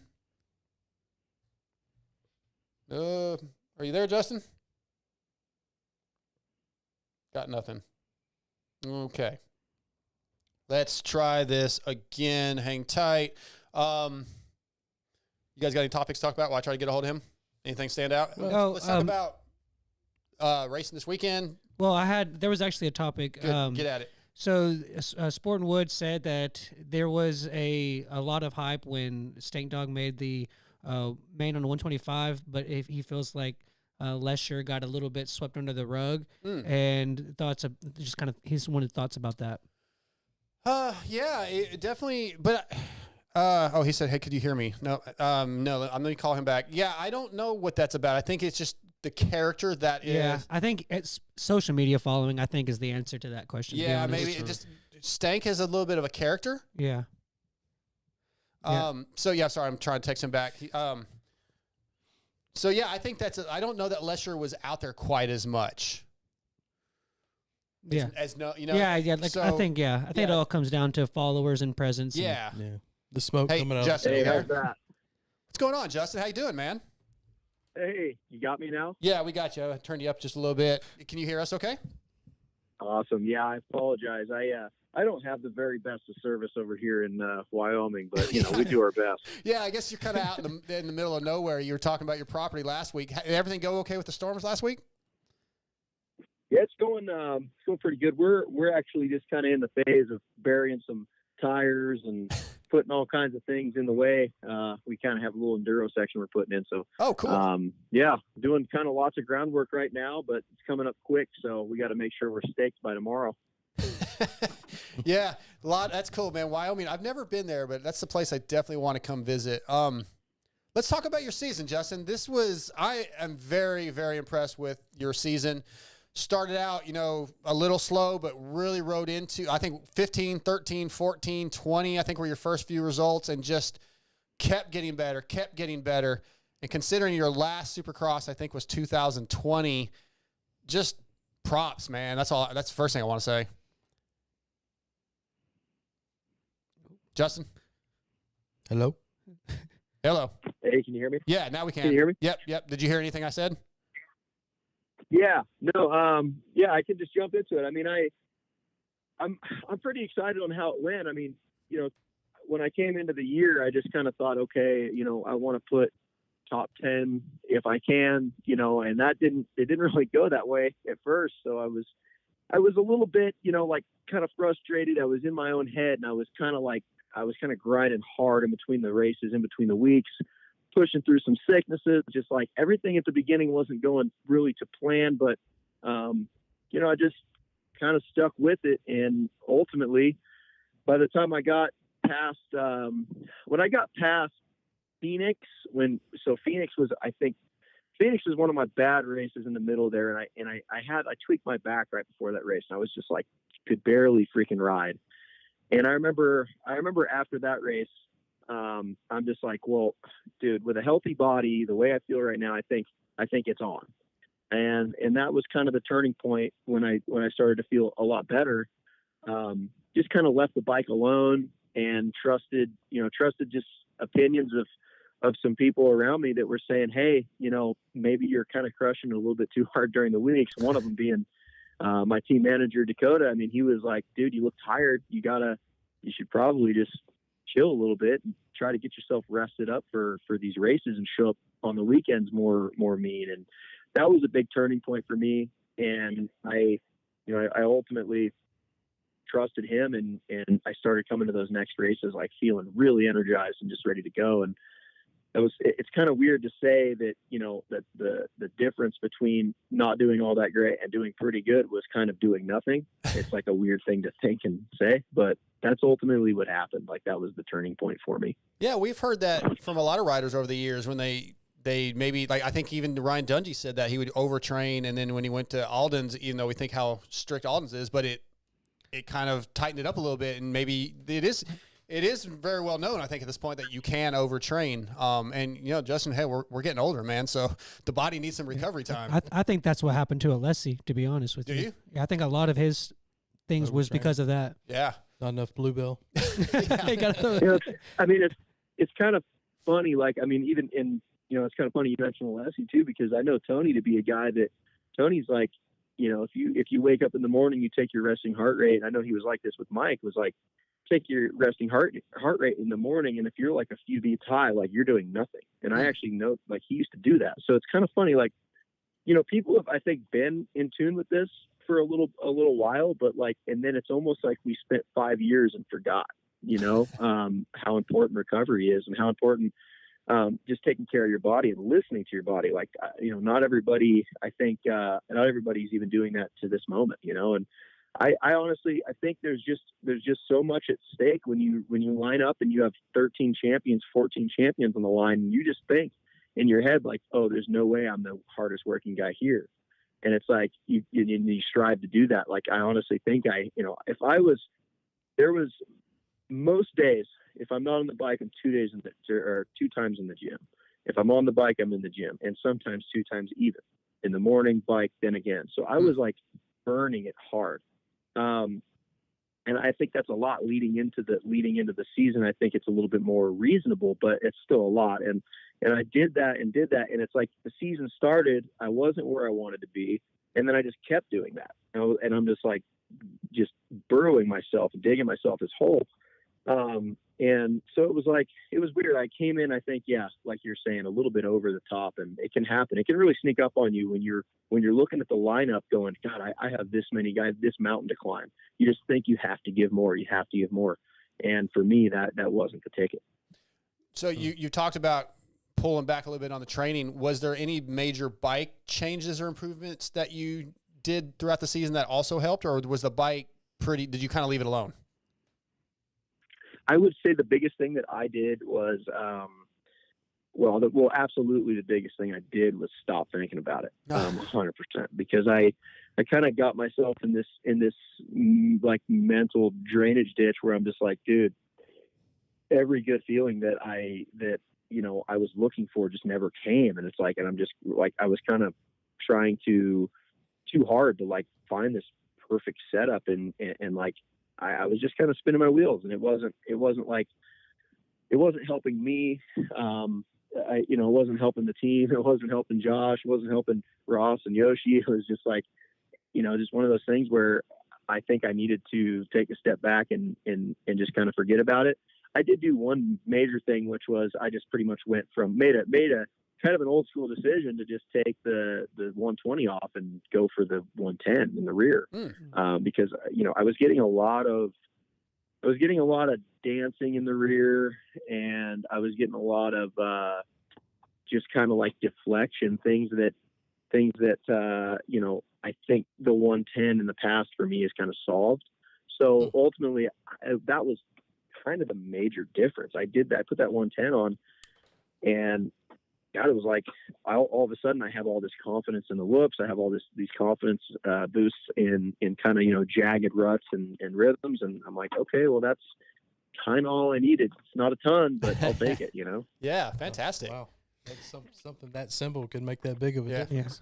Yeah. Hey, Justin, talking about all of these things that have led to the progression of, how your season went, and obviously ended up with the results that you got at the end that were very impressive and great for the team and stuff like that. I feel like the things that you had, like the podium and the fastest qualifier that you had in Nashville, those are all things that kind of were narrated as a little bit of a surprise, but I've always thought that you were capable of those things. Did you always feel like you wanted to be that guy and that you should have been, and that this was kind of one of those things like, yeah, I finally did it? Or is it like, oh, wow, I never thought that this was going to happen, especially maybe this season?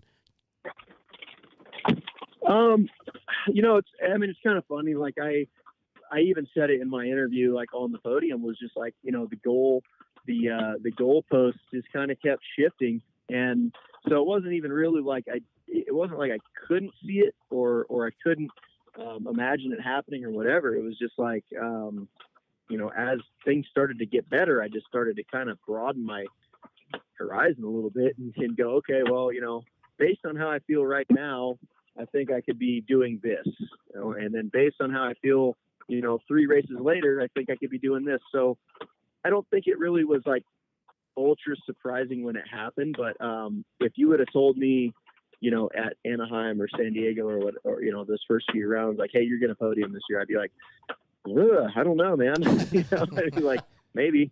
But just as the year progressed and as it went on, it became less and less of kind of a pipe dream. It just became more like, okay, I think I can. And I honestly, I kind of felt that, like I said, the race. So after Phoenix, after the race where I kind of tweaked my back, I was like, okay, I kind of feel something going on here. I felt so good leading in that week before I did that. So I was really bummed that I couldn't get Phoenix in really well. But like, that was kind of the turning point where I kind of thought, yeah, it's possible and it might be coming. Oh yeah. Yeah. Cool. Hey, Justin, this is Steve. When you said, during the week, you talked to the manager and stuff, and they said, taking a break, you're changing your training. Did you change your diet? All that too? I mean, just try to put the fun back into it.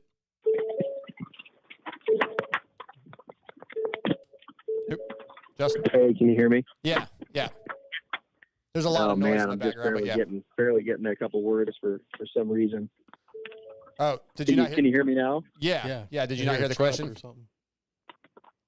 Hello? Yeah, I think that's a little bit better. I might have a little booster working for me. Yeah, no, I'm sorry. I didn't hear anything. I didn't hear that question at all. Oh, okay. Well, when you said you mid-season or whatever, you took a break on the training and stuff. Did you change diets and different stuff and just try to have more fun during the week to create that energy for the race weekends? Shoot, I'm not even getting anything. Hey, are you there? Yeah, can you hear us? Can you hear me? Oh, barely. Okay. Here, do you guys want to call me back on a different number really quickly? Is that all right? Yeah, that's fine. Text me the number and I'll call you back. My buddy's got a lot better service than I do. Here, I'll text you his number right now. Okay. Yeah, text me. I'll call you back. Okay. All right. Talk bye. to you in a second. Sorry, guys. No, all good. Yeah, that's. I'm wondering about that too. What? Go ahead. You got anything? Yeah. Let me get this number and get it programmed in. So you guys, I can't do 2 things at once. Yeah, I'm I know. just not capable, man. It's okay, man. You're all Simply good. not capable. You're all good. I mean, when you train that much, Yeah. and your diet's that strict, I mean, gosh, look at like they say Dungy and all the people who's went through, the Baker factory. We had a conversation with you out after a while. All right, we got him back. You there, Justin? Hey, can you hear me now? Yeah. Yeah, that's actually quite a bit better. There's still a lot of background noise, but Oh, I think I got you now. yeah. Okay. Okay, that's awesome. So yeah, the question was basically with you kind of backing off your riding and your training. Did it also change your diet? Did you change anything else? Yeah, because I feel like if you're just hounding yourself and you're trying to pound the pavement really hard, I feel like you have to kind of address that with what you're eating and what you're taking for sure. Hey, Justin, there's a bunch of background noise. Is there any? I don't know what that is, but it's hard to hear you. Yeah, I'm sitting in a pickup getting absolutely hailed on. Oh, is that what that is? That's what that is. Okay. Yeah, like So marble-sized somebody's freaking Wow. hail right now. Okay. Yeah, Wyoming's kind of Hitting getting hand after jobs. me right now Okay. as I talk. Sorry to interrupt you. Go ahead and finish then. Sorry.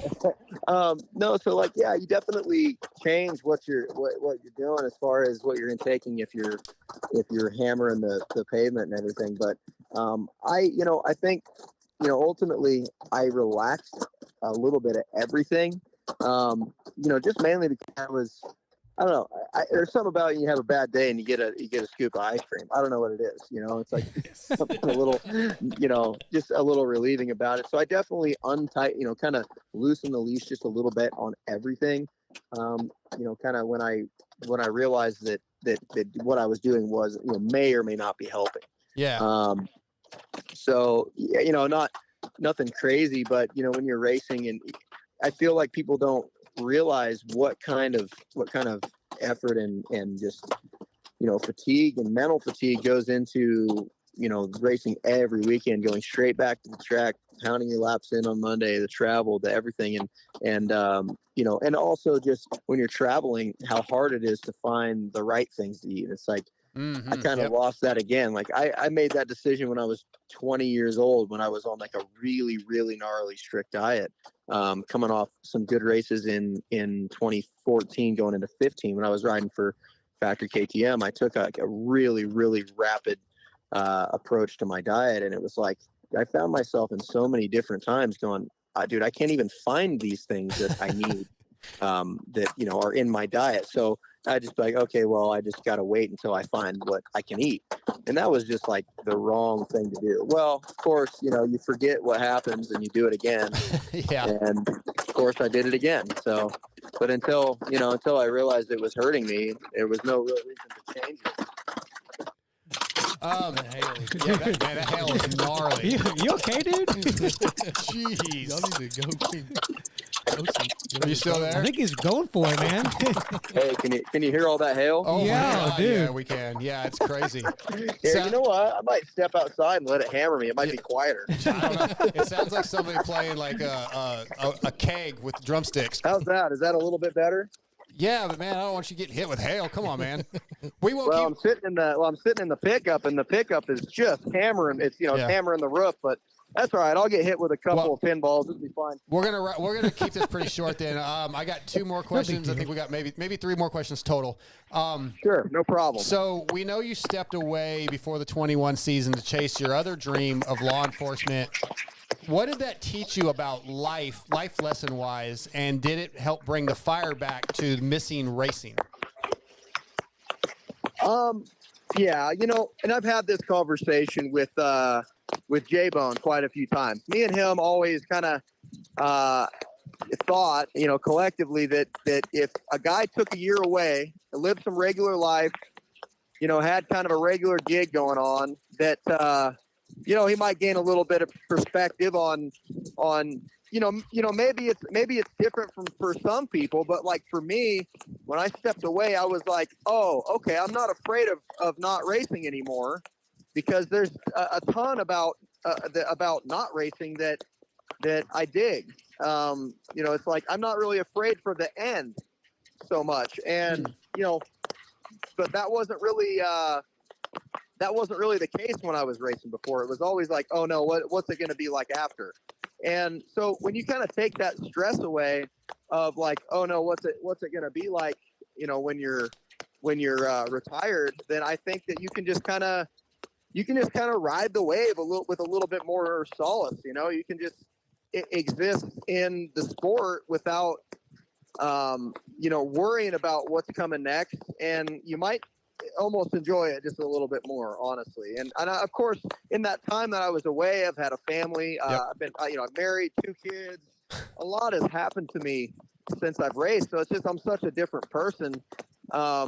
And ultimately, I think it attributes for sure to, hopefully more longevity in the sport, because now I feel like with my mindset that I've got, I feel like I'm kind of just scraping the surface of my career, because I just have such a more, relaxed way of going about it. I don't really feel like I'm so, with my back against the wall, if that helps.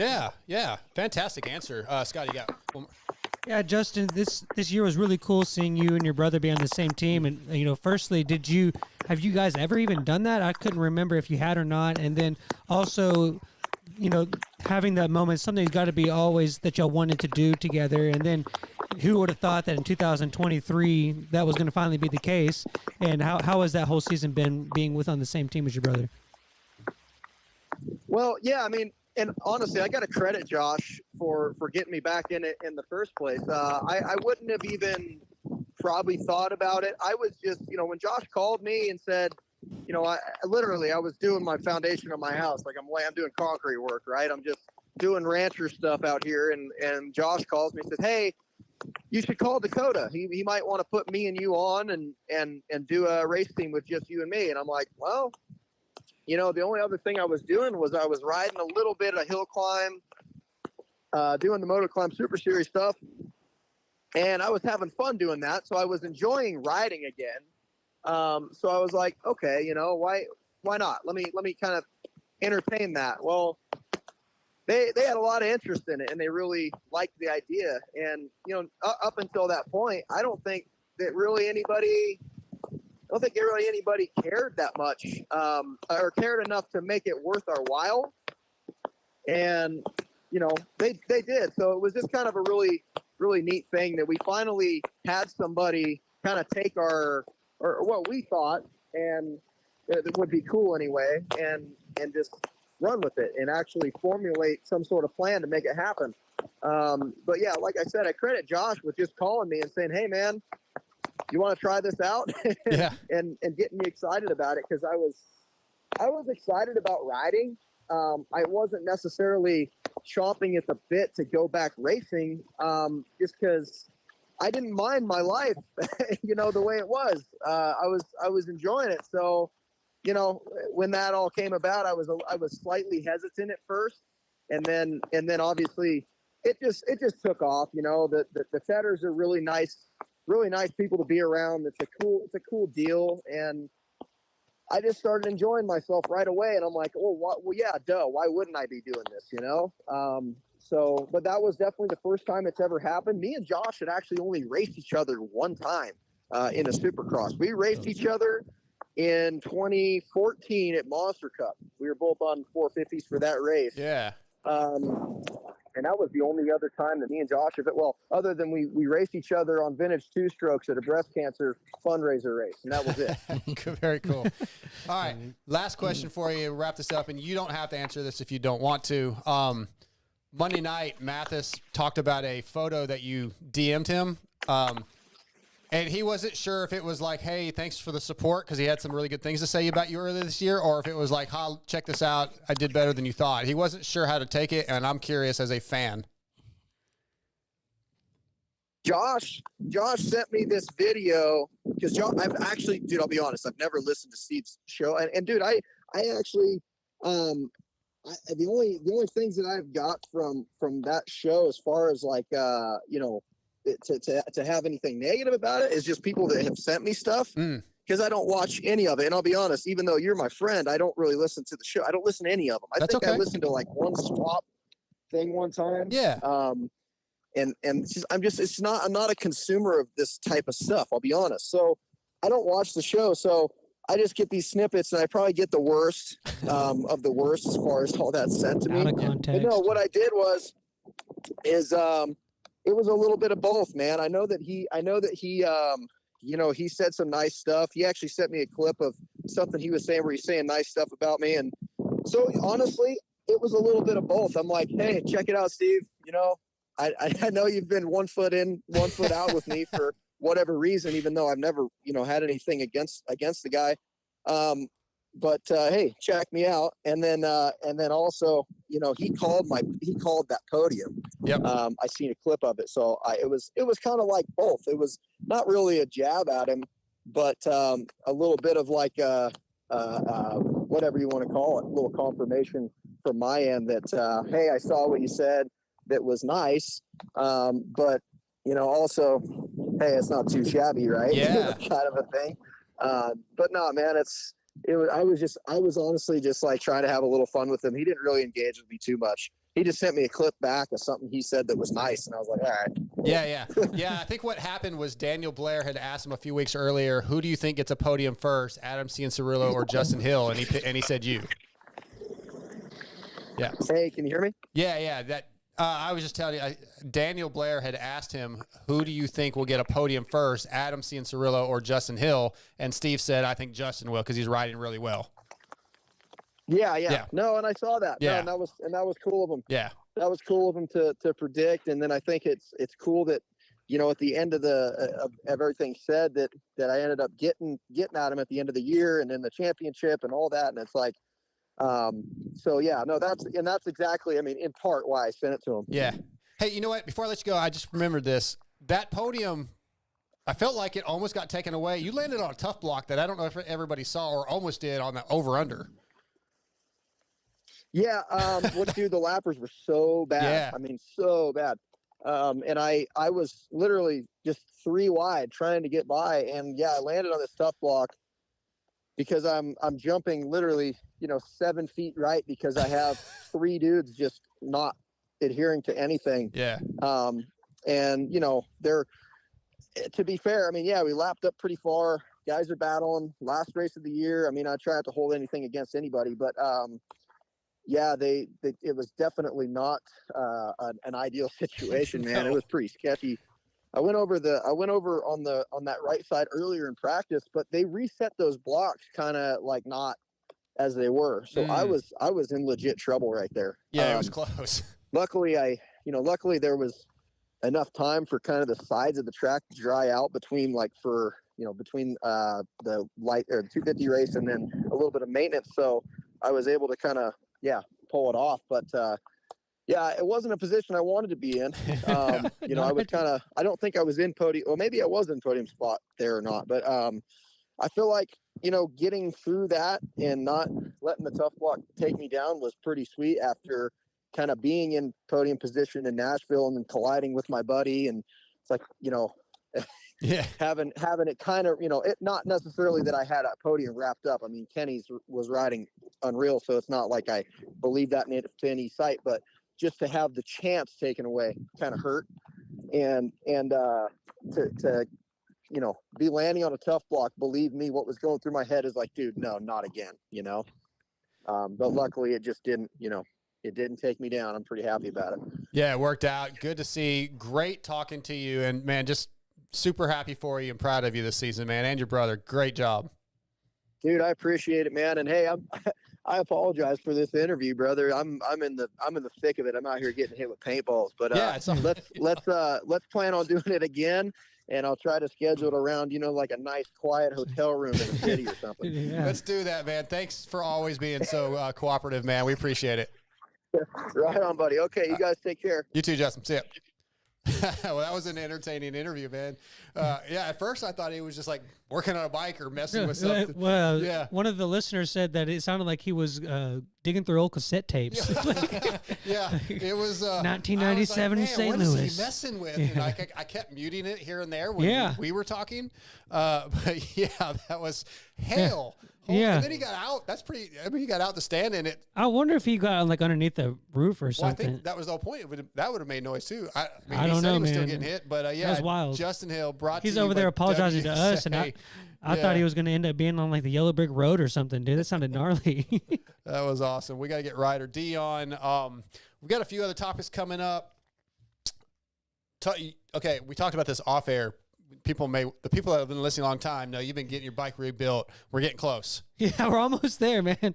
Almost. Like my gut needs a good ride because I have gained some weight, and it's crazy how I'm interrupting you real quick. Yeah, you can tell me to talk and then interrupt me. Yeah, I'm That's interrupting you typical. quick. Justin Hill said I can eat ice cream tonight. That's what I heard. Oh, that's all you got out of that? Yeah. Anyway, finish up. Sorry.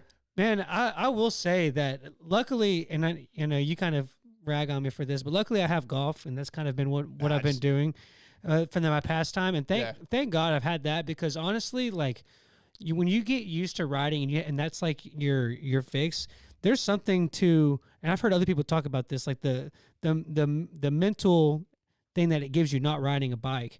And like, I feel like I definitely clear my headspace when I'm able to ride more. Mm-hmm.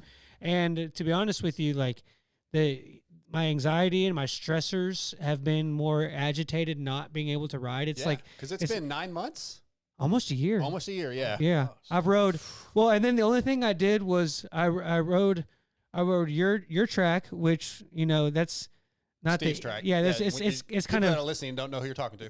Well, okay, well, I pointed. So the people that are watching the show, kudos to you guys. Watch on YouTube. Yeah.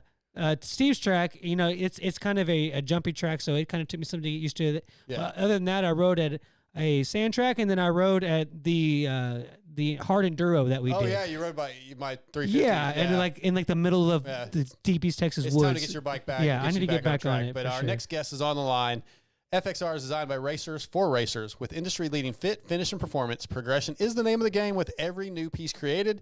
At FXR, we push our brand to the next level to provide you with the best products possible. Visit fxrracing.com to see the numerous gear lines and colorways, as well as their snow lines and lifestyle casual wear. Tonight, FXR brings us from Pro Circuit Kawasaki, my little buddy, Ryder. He's not little anymore. Ryder Difrancesco. What's up, Ryder? How's it going, guys? It's going good. Oh my God, he sounds like a man. It's so weird. Still think of him like I'm literally looking at your little Jimmy John's jersey over here, the 199 you gave me from Freestone, and God, dude, it just doesn't feel like it was that long ago, man. I know, right? With the Kua and I think it was, yeah. Actually, I was on 85s. I saw. It doesn't seem like long ago, but I feel like I've done so many races since then. Yeah, you have. Yeah, I just saw Kua 2 weeks ago. He flagged at a race I raced. He's over here in the Dallas-Fort Worth area now, or I guess he's in Weatherford, I think. So he sent me a video of him flagging, and I'm like, there's no way he is out in the middle of the track flagging. Yep, he was. So you saw him? Yeah. He came up and talked to me, and then he was like cheering me on when I would go by. Yeah, he was the guy right after the finish line, so he would stop you from when the checkers came out. He would stop you from not so you wouldn't keep going. But yeah, he was out there in the heat of Texas all day, man, flagging, That's making awesome. Yeah, good seeing him. I love it. All right, so you're coming off of a thumb injury that was sustained earlier in the season, kept you out of the first couple rounds of futures. How did that thumb injury come about? It was the Monday after A1. I guess you could say I had the A1 jitters going into the next week, and honestly just tipped over. And it was a right-hander, and I ended up hurting my left thumb. So it was like super random. It just swelled up really bad, and the pain wouldn't go away. So I went and got an MRI and tore some ligaments off of the thumb bone, I believe. So they said it would be 2 to 3 months, but I was back in a month. So I worked hard at it, and my goal was kind of Glendale, and that's where it put us. Yeah. Do you notice anything when you're riding now, or do you feel like it's 100%? I don't notice anything riding. If I'm just sitting here, like I can't bend it 100%. It's still super stiff, but riding, there's no problems at all. So that's good. Okay, good. I want to ask you about this. So coming into the season, I was kind of wondering, will Ryder go pro this season at all? And I've heard there's, I guess within Kawasaki there was some decisions to keep you in the amateur ranks for a little longer. How did you feel about that? Was it a kick in the gut, or did you feel kind of like, yeah, maybe I do need a little more time in futures to get whatever, faster, stronger, get used to the race bike? I think it was kind of up in the air. I was gonna do A2 and see how I looked and how I compared to those dudes, and then once A2 came around too, like Mitch only had one dude under the tent. Mm-hmm. So I think if I would have stayed healthy, I would have probably done the full East Coast Supercross just like Deegan. I think things would have been a lot different, but yeah, I mean, you never know either, right? Like, sure, you can say all these things and plan all these things, but yeah, I think most likely I would have raced East Coast and been in it already, but that's all right. I mean, the Futures deal is still a super solid program. Like, we're on the track the same amount as the pros. Just the racing obviously was a bit shorter, but just doing the whole day, you learn so much, and you can still compare yourself to those dudes too. Right. Yeah, you can look at the times. Yeah, absolutely. Yeah, Ryder, kind of going off that a little bit, when you see these guys that maybe were, on the up and coming program that were maybe a step or two behind you, and now you see them in the series having success, does that add a little more fuel to your tank, or does it kind of make you revamp for your training program and stuff like that, or is it just more of you're in your program and that was the right decision, so you're just kind of in that mindset? Yeah, I mean, you always think you make the right decisions. But I think to see your era that you grew up racing against every weekend and seeing how good they're doing, it kind of takes, it makes it a little bit easier, to see Deegan do that well and to know that I'm just as good is kind of exciting to go racing this summer, to see where he stacked up during the Supercross season. Like, it for sure fuels the fire. Makes it a little bit easier on the mind too. Yeah, it's probably I'm glad to hear that you look at it like that. That's really cool. Strong mindset. What's your expectations for outdoors? I would say I don't really have any. Like, for the outdoor season, I think just go round by round and race by race. Like, I think I'll surprise myself throughout the season, and just try my best every time. Like, if I start up front, obviously, I'm going to run that pace, but I think I'm in a good mindset right now because I haven't really even thought about a goal or an expectation. Obviously, you want to run up front, but I think just log the laps and do your best every single time you're out there, and you'll put yourself in a good position. So that's kind of where I'm coming from. Okay. Yeah, because that was one of the things I had in my notes was, like, to be honest with you, man, like, if you came out and you knocked off a couple podiums or a couple wins, like, it wouldn't really surprise me at all. Not that I expect that, but that it wouldn't surprise me to see that at all. You had some good rides last year. Yeah. And then especially coming from the amateur career that you did, where, you were so used to winning, and that was it was just always a part of what you did.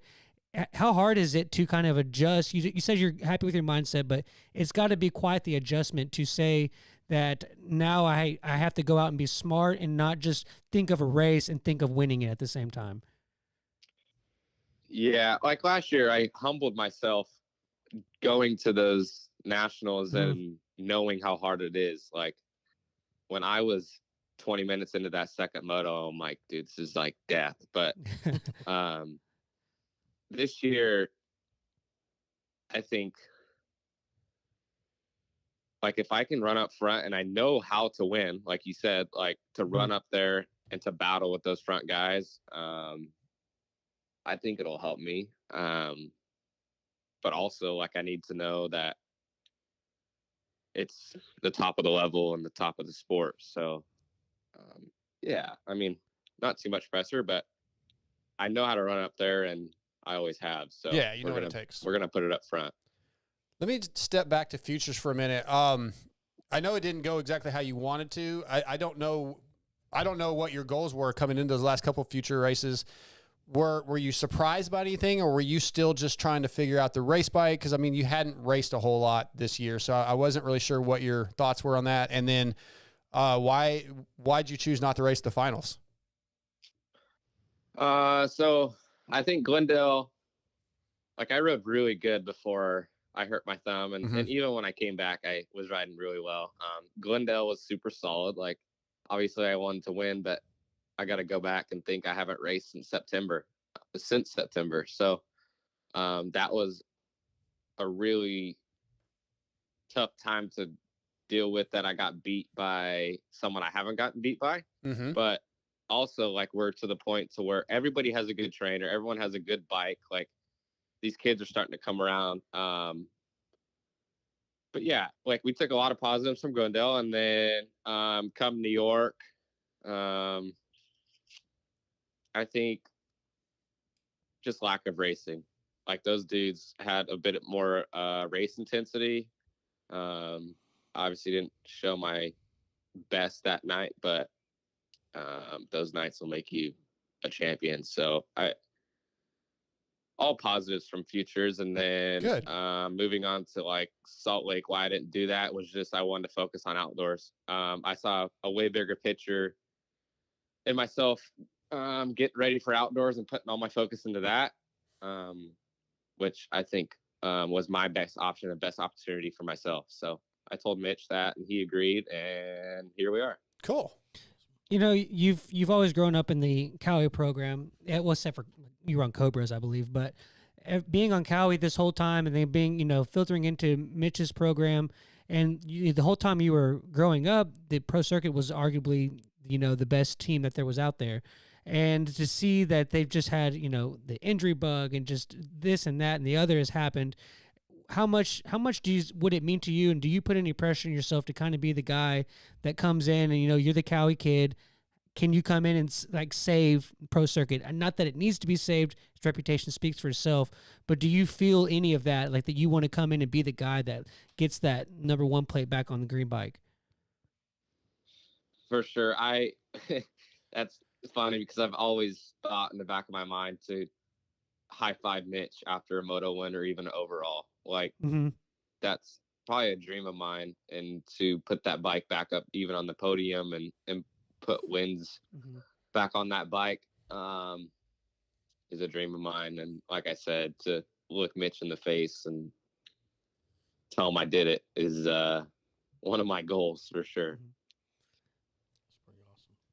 You got a question, Steve? I'll follow up with that a little bit. No, okay. So Ryder, this is going to sound kind of dumb. I'm kind of going off a little bit off skit here, but there's an old basketball coach that Jim Valvano. He did this thing where at the end of each practice they would practice cutting down the net, which is like a tradition when you win a championship. Yeah. So dude, you may honestly even like practice doing that with him, just being like, down the net. just essentially, practice giving him that high five. Even if you're at your house practicing that podium speech. I know it sounds really dumb. It does, but I'm telling you, man, there's something to that. Yeah, I could even high five myself. Yeah, do it, man. but yeah, like every weekend we end with a high five. But yeah, to have that win and top that, yeah, I probably need to start practicing in my room. Just practice some burnouts, maybe. Yeah, practice the burnout for the championship. Yeah. Right, I just got a couple more things for you, man. You're with Lucas Myrtle now, right? He's your agent. Yeah. Yeah, Lucas is doing good things for the industry, for the riders. Do you? And you probably can't give me an answer on this. Do you know what you're doing in 24? Have those discussions started? It has, but that's privacy, man. I can't tell you all that. I kind of figured Dark that. side. Tisk. I thought we might be tighter than that, Scotty. I'm just trying to see. Test the boundaries. I hear you. Testing the boundaries. Yeah, I kind of like that you're going into the outdoors with like no specific goals. You probably improve each week, right, and learn, but not hey, got to be a podium or got to be this, and putting that extra pressure on. I do want to ask about the race bike. How different was that from the bike that you'd been racing? Because you're on the full race bike this year. Was it much of an adjustment? Yeah, the Team Green bike is actually really good. Mm-hmm. Like, I've raced that obviously for the past 4 years or 3 years, but I told the PC guys there's a couple things on my Team Green bike that are actually a tiny bit better. So we've been trying to go back and forth between that, and I've got the Pro bike actually really close to where I want it. But both bikes are really good. I think the biggest thing is like tires and stuff that we can't run in the amateur stuff. Oh yeah. But I would say the Pro bike just feels a little bit more of a rigid feeling. But also when you're going that fast and at that high level, that comes into play, makes it better. So both bikes are really good. But it wasn't much of an adjustment at all. Okay. Yeah, this is kind of a random one to end it Another on. one? Yeah, I like my random questions. You're a professional racer and your name's Ryder. Oh God, no, I don't know where you're going with this. I don't know. I just think it's cool. We've had guys like we have a 5-year-old in the chat give you this question? We had Scott Champion. We've had guys like in the NASCAR. It was their last name Speed. I think it's cool. Do you ever Do you ever feel like, I don't know, like that has anything to do with anything? Like, oh my God, that's the worst question you've ever asked. Cool, man. I'll take it. No, it's a good question because thank you. He's being nice. He was raised right. Whether he's being nice or not, I'm going to take it at this point. Go ahead. No, like I was pretty much born into dirt bikes or two wheels anyways. So like the name right off the bat fit me perfect. So like I grew up So my dad helped out a girl WMX racing, 10 years ago. So I grew up at all the outdoor nationals. My dad raced Speedway. So like every weekend I was either riding my PW at Speedway or watching the outdoor nationals. So like, yeah, I think the name fits me perfect. Yeah, for sure. But I mean, I guess he just likes to shit on me, Ryder. It's okay. That's why good. Jet is so fast because his name's Jet. He's like a rocket. Yeah. But then Hunter is a little, maybe not as fast because he's just hunting. He's chasing. Yeah. Yeah. Okay. And if his name was Bob Lawrence, I mean, he probably wouldn't be racing motocross. Hey, he liked my question. The fans liked the questions. You can kick rocks. Kick rocks. Ryder. Yeah. Speaking of Speedway, did I see that? Did RV go race some Speedway with your dad? Yeah. So I moved to Newport and I live right next to RV, and I'm like, dude, let's get my dad and you to race Navi Night at Costa Mesa. And RV's like, I don't want to commit to it, blah, blah, blah. And I'm like, dude, just do it. Like, you got to. And he's like, okay. And he's still talking about it. Both of them are. Because they had so much fun. And I haven't seen RV ride since I started working with him. So just to even see him go in circles kind of brings back memories of what I saw when he raced. But with no brakes? Yeah, dude, they had so much fun. How cool, man. Very, very cool. Ryder, thanks for jumping on here. Sorry about the goofy questions. Wait, did he say who won? No, he didn't. Oh. How'd RV do? How'd your dad do? So RV got beat by Ryan Strat first, and I am not going to let that down. And then RV obviously got it figured out and won, but my dad gave him an elbow. Nice. So that's all. That's like completed his night. Yeah, I love it. I love your dad. Your dad is so rad. Ryder, thanks for coming on here, man. It's great to talk to you. Look forward to seeing you at Paula in a week and a half, man. It's gonna be right around the corner. Close. Yeah, go out there and show them what you got, man. Always pulling for you. Thank you. I appreciate you guys. Thanks for having me on. Yes, sir. Ryder, we'll talk to you soon. All right. Later. Ryder D brought to you tonight by FXR. That question. Dude, he answered it. It was a good answer. He did. He did answer. He said it was a good question. Kid's very well spoken. Y'all can yeah, he's great. Y'all can lick my butthole. Jeez, you've been really vulgar tonight. Man, what is up with all that?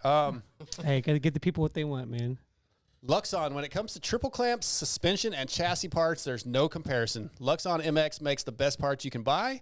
Luxon's advanced engineering background and techniques allow them to develop products that are unlike the rest. They're lighter and stronger with optimized stiffness to enhance your riding comfort and precision. Luxon products are designed, engineered, and made in the USA, so check them out online at www.luxonmx.com, and all orders of $100 or more ship free within the continental US. Use that promo code MotoXpod, all one word. Tonight we're going to do since there was no GP, we're going to do the Luxon Pro Motocross Championship preview. What do you guys, Steve, I'm going to go to you first, and I'm going to start with the 250 class. What are you looking at? What do you like? Who is your favorite? Who's going to surprise us? I'm going to come to you next, Scotty. Favorite, probably Hunter. Okay. Coming off championship. Yep. Got his body right, his bike's right.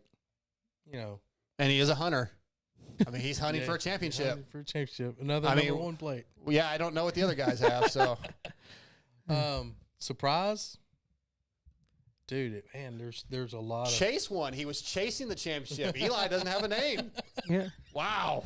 You might have a point. Yeah. Hey, man, y'all all laughed at me. That was crazy. Just go with it sometime. Okay. Go ahead. Sorry, Steve. It's good. Surprise, man. Hey, other than that, Joe's back, getting healthy. You know, there's a lot of guys that could just probably going to surprise. I think it's going to be a better series in the 250 class than Supercross was, and I think there's some guys that are going to be. I think it's going to be a tight battle. Mm-hmm. I don't see any one or even two guys just running away with it. I don't. Yeah, maybe I'm being optimistic. I feel like the narrative coming into it and the storyline, and hopefully it kind of plays like this out through the season. I think it's kind of like, Hunter's got to define himself his last chance before he goes big bikes. Seems like he's going to be the plan. And I think it's kind of that with, what are the rookies going to do? What are the young guys going to do? Who's going to be the fastest up-and-coming kid? Who's going to give us the new storyline or somebody else to talk about, as well as can Hunter go the whole season and be the guy that he's shown that he might supposed to be the Supercross season? Yeah. So my guy, I think Justin Cooper is my guy. Last year he had some really... I kind of forgot about that. Yeah, see, he had some really good results last year coming off of his foot injury. Very significant foot injury, and then he destroyed at Motocross of Nations. Yeah, and when he has a chip on his shoulder, that's what drives him. And all this Lawrence Brothers talk, he's going to use that as motivation. It's kind of like you got RJ, Joe, Hunter, and Cooper, and then the rookies. I think that. Do you think you look at it like that at all? Don't forget about Jeremy. Yeah, J-Mart, although he's getting older, and he's on healthy, the he's on the club bike. I know Club says this is good as the other bikes. I don't ride it. I don't know, but it's good enough. I think Jeremy's going to be a factor. I don't know that I believe Jeremy's going to be a factor every week, though. Mm-hmm. I mean, but then, again, when he was racing the last time he was outdoors, dude was destroying. Yeah. Like, he had those races where he was insanely... He's definitely capable. Yeah, so he's definitely got... And I definitely think Hayden's going to be a factor. I think Levi Kitchen's going to be a factor. He showed some results last year. I'm trying to remember. He only raced like 3. I have my notes here. I'm trying to remember he broke his wrist at Southwick. That's what it was. And he had 3 top 5s in 7 rounds. Yeah. So Levi, and he's going to be more improved. So yeah, I think there's a lot of guys that do you think that it might in any way be like there was a couple of years I was actually watching some of the 09 250 Supercross season with Dungy Purcell and Weimer and Kennard and Wharton and all those guys. Do you think it might be kind of one of those years where like the 450 championship is like it's kind of maybe 1 or 2 guys and there's not a whole lot to it, but the 250 class is kind of like going to be the watching point? Okay, are we talking about for the full championship? Because there's some guys full championship. Probably only 1 or 2 guys. Yeah, I think Dylan, Jet, and Chaser are significant factors. And there'll be some stories of Malcolm's going to come back, Barsh is going to come back, but it's going to be too late. Yeah, that's what I'm thinking. But they could throw a monkey wrench in the championship, though. So yeah, that'll make it interesting for the storyline, but for the total championship. What about AC though? I mean, he's progressing. He's getting better. He's still having a lot of problems with his hand. Is he? Yeah. And he's outdoors isn't going to. I think he'll be good. I don't think he'll be great, and hopefully as the season goes on, he'll get better. He's definitely working on it. But he texted me yesterday about something we're working on, and he's like, "Man, I'm just exhausted. I'm just these 30+ twos." I think he's still trying to get. He's still getting. I guess they're all probably getting in outdoor shape, but I don't know. Again, I think I'm going to put AC with a couple of those other guys where I don't see him being a factor weekly. I think he'll have some moments, and hopefully by the end, yeah, he'll be in there. But hard to say. For me, it's hard to look at.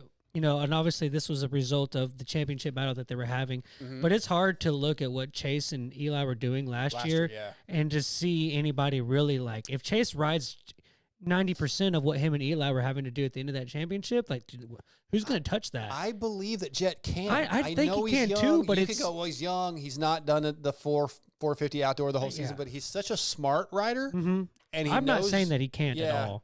I think he's going to be able to run with Chase consistently. I do. I think Chase wins the championship, barring anything crazy. But I do think Jet's going to be a factor, like weekly a factor. I think so too. It's just it's hard to say something that hasn't been there yet. Sure. Like, but you can also argue that that's definitely going to be the championship. Yeah, again, look at what he did at Motocross Nations. Not as much pressure. He's going to be fast. I'm not saying that he's not. Not the same temperatures, but then you look at what he can do outdoors on a 250. I think we're good. You agree or disagree with any of that, Steve? Yeah, I agree with that. I mean, how's Dylan Ferrandis? Haven't talked to him. I almost texted him today, and I didn't. I don't know. Yeah, I don't have an answer. I almost texted him to try to get him to come on the show, but I don't think he will right now. He is focused from what I gather. Right. But he'll be good. Because he was blazing, dude. 21, 21. He was. X Brand has quietly grown into one of the premier goggle choices available, using some of the most grueling conditions by 2022 GNCC XC2 champion Lyndon Snodgrass, the 2022 GNCC ATV Pro champion Bryson Neal, Factory Huskies Craig DeLong, and many others. The Lucids are on display here in the studio. If you're watching on YouTube, you can see them. They are an amazing goggle. They are the goggle Hunter Lawrence is wearing for his championship. The Alpine Stars is branding the Lucids. They are a championship winning goggle. Visit your local dealership, ask for X Brand, distribute through WPS, or you can hit me up. I have a lot in stock.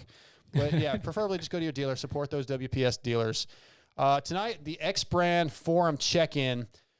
So I found a forum post, and I'm going to change it up a little bit, but this guy, Shiplap on the forum, he put a poll up. What are you most gutted feeling for you in motocross, supercross history, basically? And he listed a bunch of things, but I want to go with what you guys are most gutted for this season. And I have a list here of things that you could pick from. Eli's injury, Webb's injury. I think that kind of is the one, man. Kenny, no outdoors. AC's injury in 2019. We'll jump back. I put one history thing in there where he lost the championship in the final round. Malcolm going out early, Christian Craig going out early. Like, there's a lot of stuff that happened. My voice just broke this year. A lot of things happened. There went again. It's no ice cream.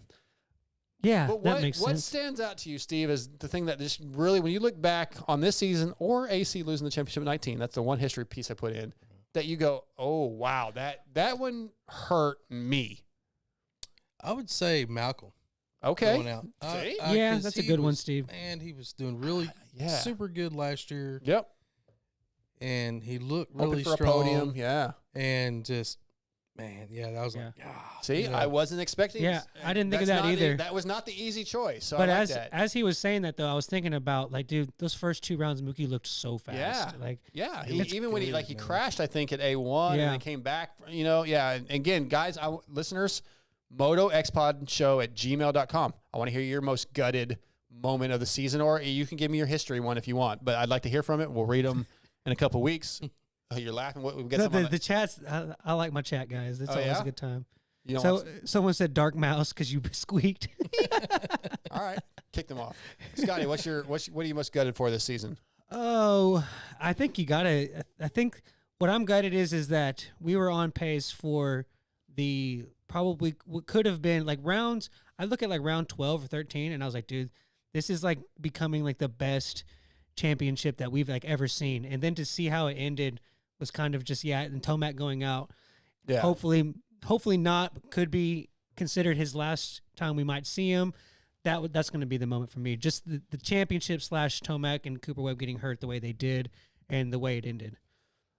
I don't disagree. I think I kind of want to say Cooper Webb because I picked Webb for the championship, but I'm going to go with Kenny not racing outdoors. His decision not to race outdoors. That's a kick in the gut for the season for me because I was looking forward to having a few more guys in this outdoors to battle for what we just talked about. Like So that one, yes, I'm very upset. I'm bummed for Eli that he got hurt. I'm bummed that Cooper got hurt, but I was I'm very disappointed Kenny's not racing outdoors. And then I know this is kind of a jumping subject a little bit, but I was just thinking of, I didn't realize that AP was coming back for this last round. And I thought it was cool that he got a second right there at the end, and I think he can be in the mix. I think he's definitely going to be. I think AP's to me is going to be what Anderson was doing last year, where he was kind of in third and fourth a lot, always right there. Maybe not always battling for the win, but I definitely think AP is going to have a solid season. I really want to see him too. I do too. That'd be I'd like for him to. He did have that one race. What was that? Unadilla? Yeah, where he was so fast. And then he just looped out. That was a weird moment. It's crazy. That seems like just yesterday, but that was two seasons ago. Yeah, it wasn't that long ago. I think he'll have his moments for sure. Yeah, I think so too. Yeah, we need to get him back on pretty soon. I think he'll figure it out. I mean, I don't know if there's really much to figure out. I mean, what's the keys? For Chase on any of it, any successful champion. Sometimes though, there just is there's just a ability difference, right? Yeah. I mean, these guys are all at that elite level. They're all really good at certain things. I mean, like AP is obviously fantastic in the ruts and like the off-road style stuff, but there's some guys just have more talent. That's all there is to it. Just ran out of talent, I man. mean, when it comes down to it, some guys are just better. Right. And you can't necessarily make up that distance. You just can't. Or that gap all the time. You can put everything you have into it, and you can hope for them to have some mistakes, and you can have some, like, I think it was Detroit, right, where AP should have won. Everything fell into place for him that night. But that might, I don't know that it was his only moment. But within the one rut, right. But he had the perfect moment, and unfortunately he didn't capitalize on it. But I don't know that he could have, at that same night, he's not going to come from third to first. Like, he wasn't that much better than everybody else. Everything just fell into place perfectly. So would you say that you're the Zacho one, that he wasn't, that was he the fastest rider, or did everything just fall into place When he won the championship? Yeah. I think it fell into place a little bit. Yeah. He started out really strong, and a couple of guys didn't. And would you say the same? And it was a shortened season that year too. Would you say the same for Ferrandis' win, or was he just straight the dominant guy? I think Ferrandis was the guy that year. Yeah.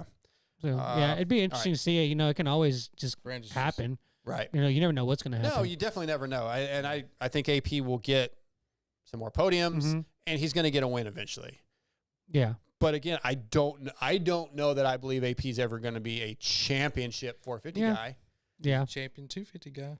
Yeah, but that's a big difference. That's a big difference. A lot of guys won 250 championships and never get close a big to 450 blanket. championships. That's a big blanket. And I hate saying that, man. I love AP. But that's what I'm saying, though. What's the key? Yeah. Well, I do think a lot of times at that level, it's the talent. It's just a little smidge more. Justin Hill touched on it in his interview. He's like, there's 17 guys that have won an event. Like, they're all coming in trained. They're all at the laps. Dino won a championship. He was a fantastic. He still is a fantastic rider. But when you put him up against guys like Eli Chase, there's just a little bit of difference. Now, he's had a lot of knee issues and he can't ride like he used to. But a lot of those guys, man, it just simply comes down to talent. At the end of the day, there's a different level. It just is.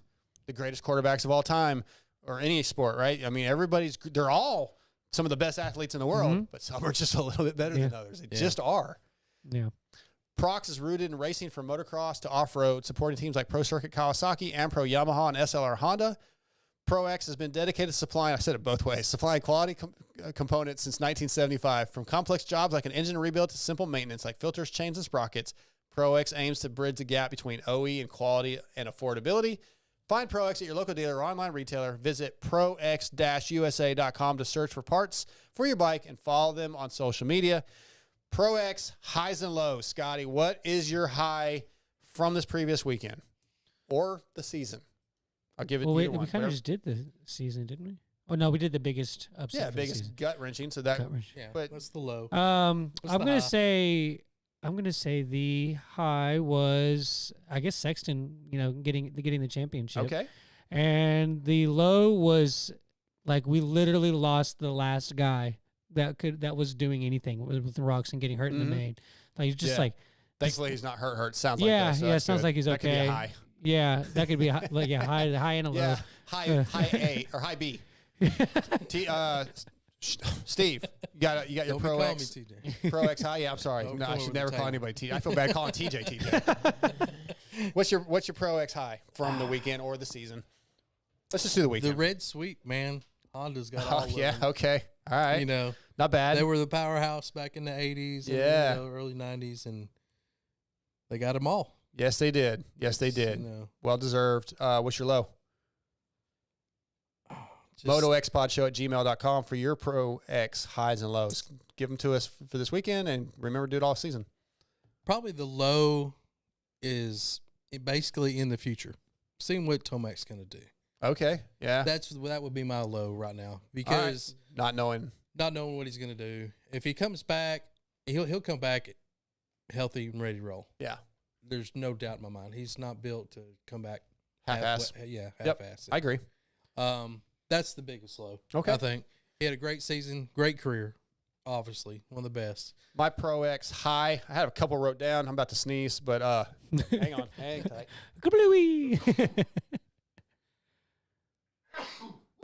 All right, great radio. Justin Hill was one of my highs, but I think that's my a good one. overall high is going to be RJ's results, RJ Hampshire's results. Just a very impressive year. He put a lot of it together. I'm looking. I hope he's a factor outdoors. I think he can be. Mm-hmm. We didn't really mention him. Mm-hmm. That may be a little disrespectful to him. RJ's my high. I said it. I put him in did you the, mention it? I missed it. Okay. I put him in the RJ Shimoda Okay, Hunter good. kind of category. And then my low is not getting the showdown we deserved. Hunter getting a bad start. Deegan getting a bad start. Yeah. We didn't really get the showdown we were hoping for. That's going to be my low. Yeah, that's a good one. I was really wanting to Damn see just like a nice little battle for them right at the end. Me too. Yeah. Yep. It's a bummer. Yep. And why don't All they put RJ on the 450 outdoor? I like that question to be. I don't think he wants to. Really? Yeah. We had a little talk earlier this year, but I don't want to speak for him. 6D, since its inception almost 12 years ago, 6D Helmets has been dedicated to the relentless pursuit of brain protection. From the original ATR-1 to its successor, the ATR-2, the goal was to develop a revolutionary design concept utilizing creative, forward-thinking technology that would change the market and improve the safety capabilities of the sports helmets. The helmet is the most important piece of protective equipment you will purchase, so visit 6dhelmets.com or go to your local dealership and ask for 6D. Last segment of the night, 6D picks for Paula. Did I put Justin Hill in third, or I did that the week before? Oh, I'd have to go back. Give me your picks now, and I'll go back. I'm looking. For the first round of outdoors, I'm going to go with overall, right? Yep. Okay, I'm gonna go Sexton. Go Dylan. Okay. AP. Dylan and AP. All right. I just want to be different. Yeah, I feel like you did not have Hill last week. Okay, it was the week before I picked him. Dylan. I think I know I'm probably going to be dead wrong on this, but I think Jet's going to have like a 7-1 or something like that. Okay. All right. I mean, it could happen. Steve. Chase, Dylan, Jet. All right. Chase that was actually my picks. He's been dominant. Yeah, Right. I mean, I think if you it's going to be funny when it doesn't happen where Chase wins, but I think at this point you kind of have to put him as the number one pick. I think I think so. That's All his right. backyard, man. That's episode 271. I want to thank our presenting sponsors, Race Tech and Boyesen. I want to thank Pro X Brand, Goggles, Guts Racing, FXR, 6D Helmets, Luxon, Motul, WUSA. I want to thank Justin Hill, Ryder D, and Max Anstie. Man, I'm blanking. I need food. I need ice food. cream. I'll thank my guys, Scotty and Steve, and of course, Lewis for jumping on. No show next week. We will be back after Paula with our, opening round of outdoor national shows. But yeah, for our listeners, thank you again. MotoXpodShow@gmail.com. Please submit your thoughts on your picks, your procs, highs and lows, random thoughts. I kind of enjoy the random thoughts we get into sometimes. Give us whatever content you guys want to talk to us about. Get on the YouTube chat when we do this stuff. It's a lot of fun. Scotty's over there giggling like a little girl with all the listeners. So yeah, thanks for listening. We'll be back in 2 weeks.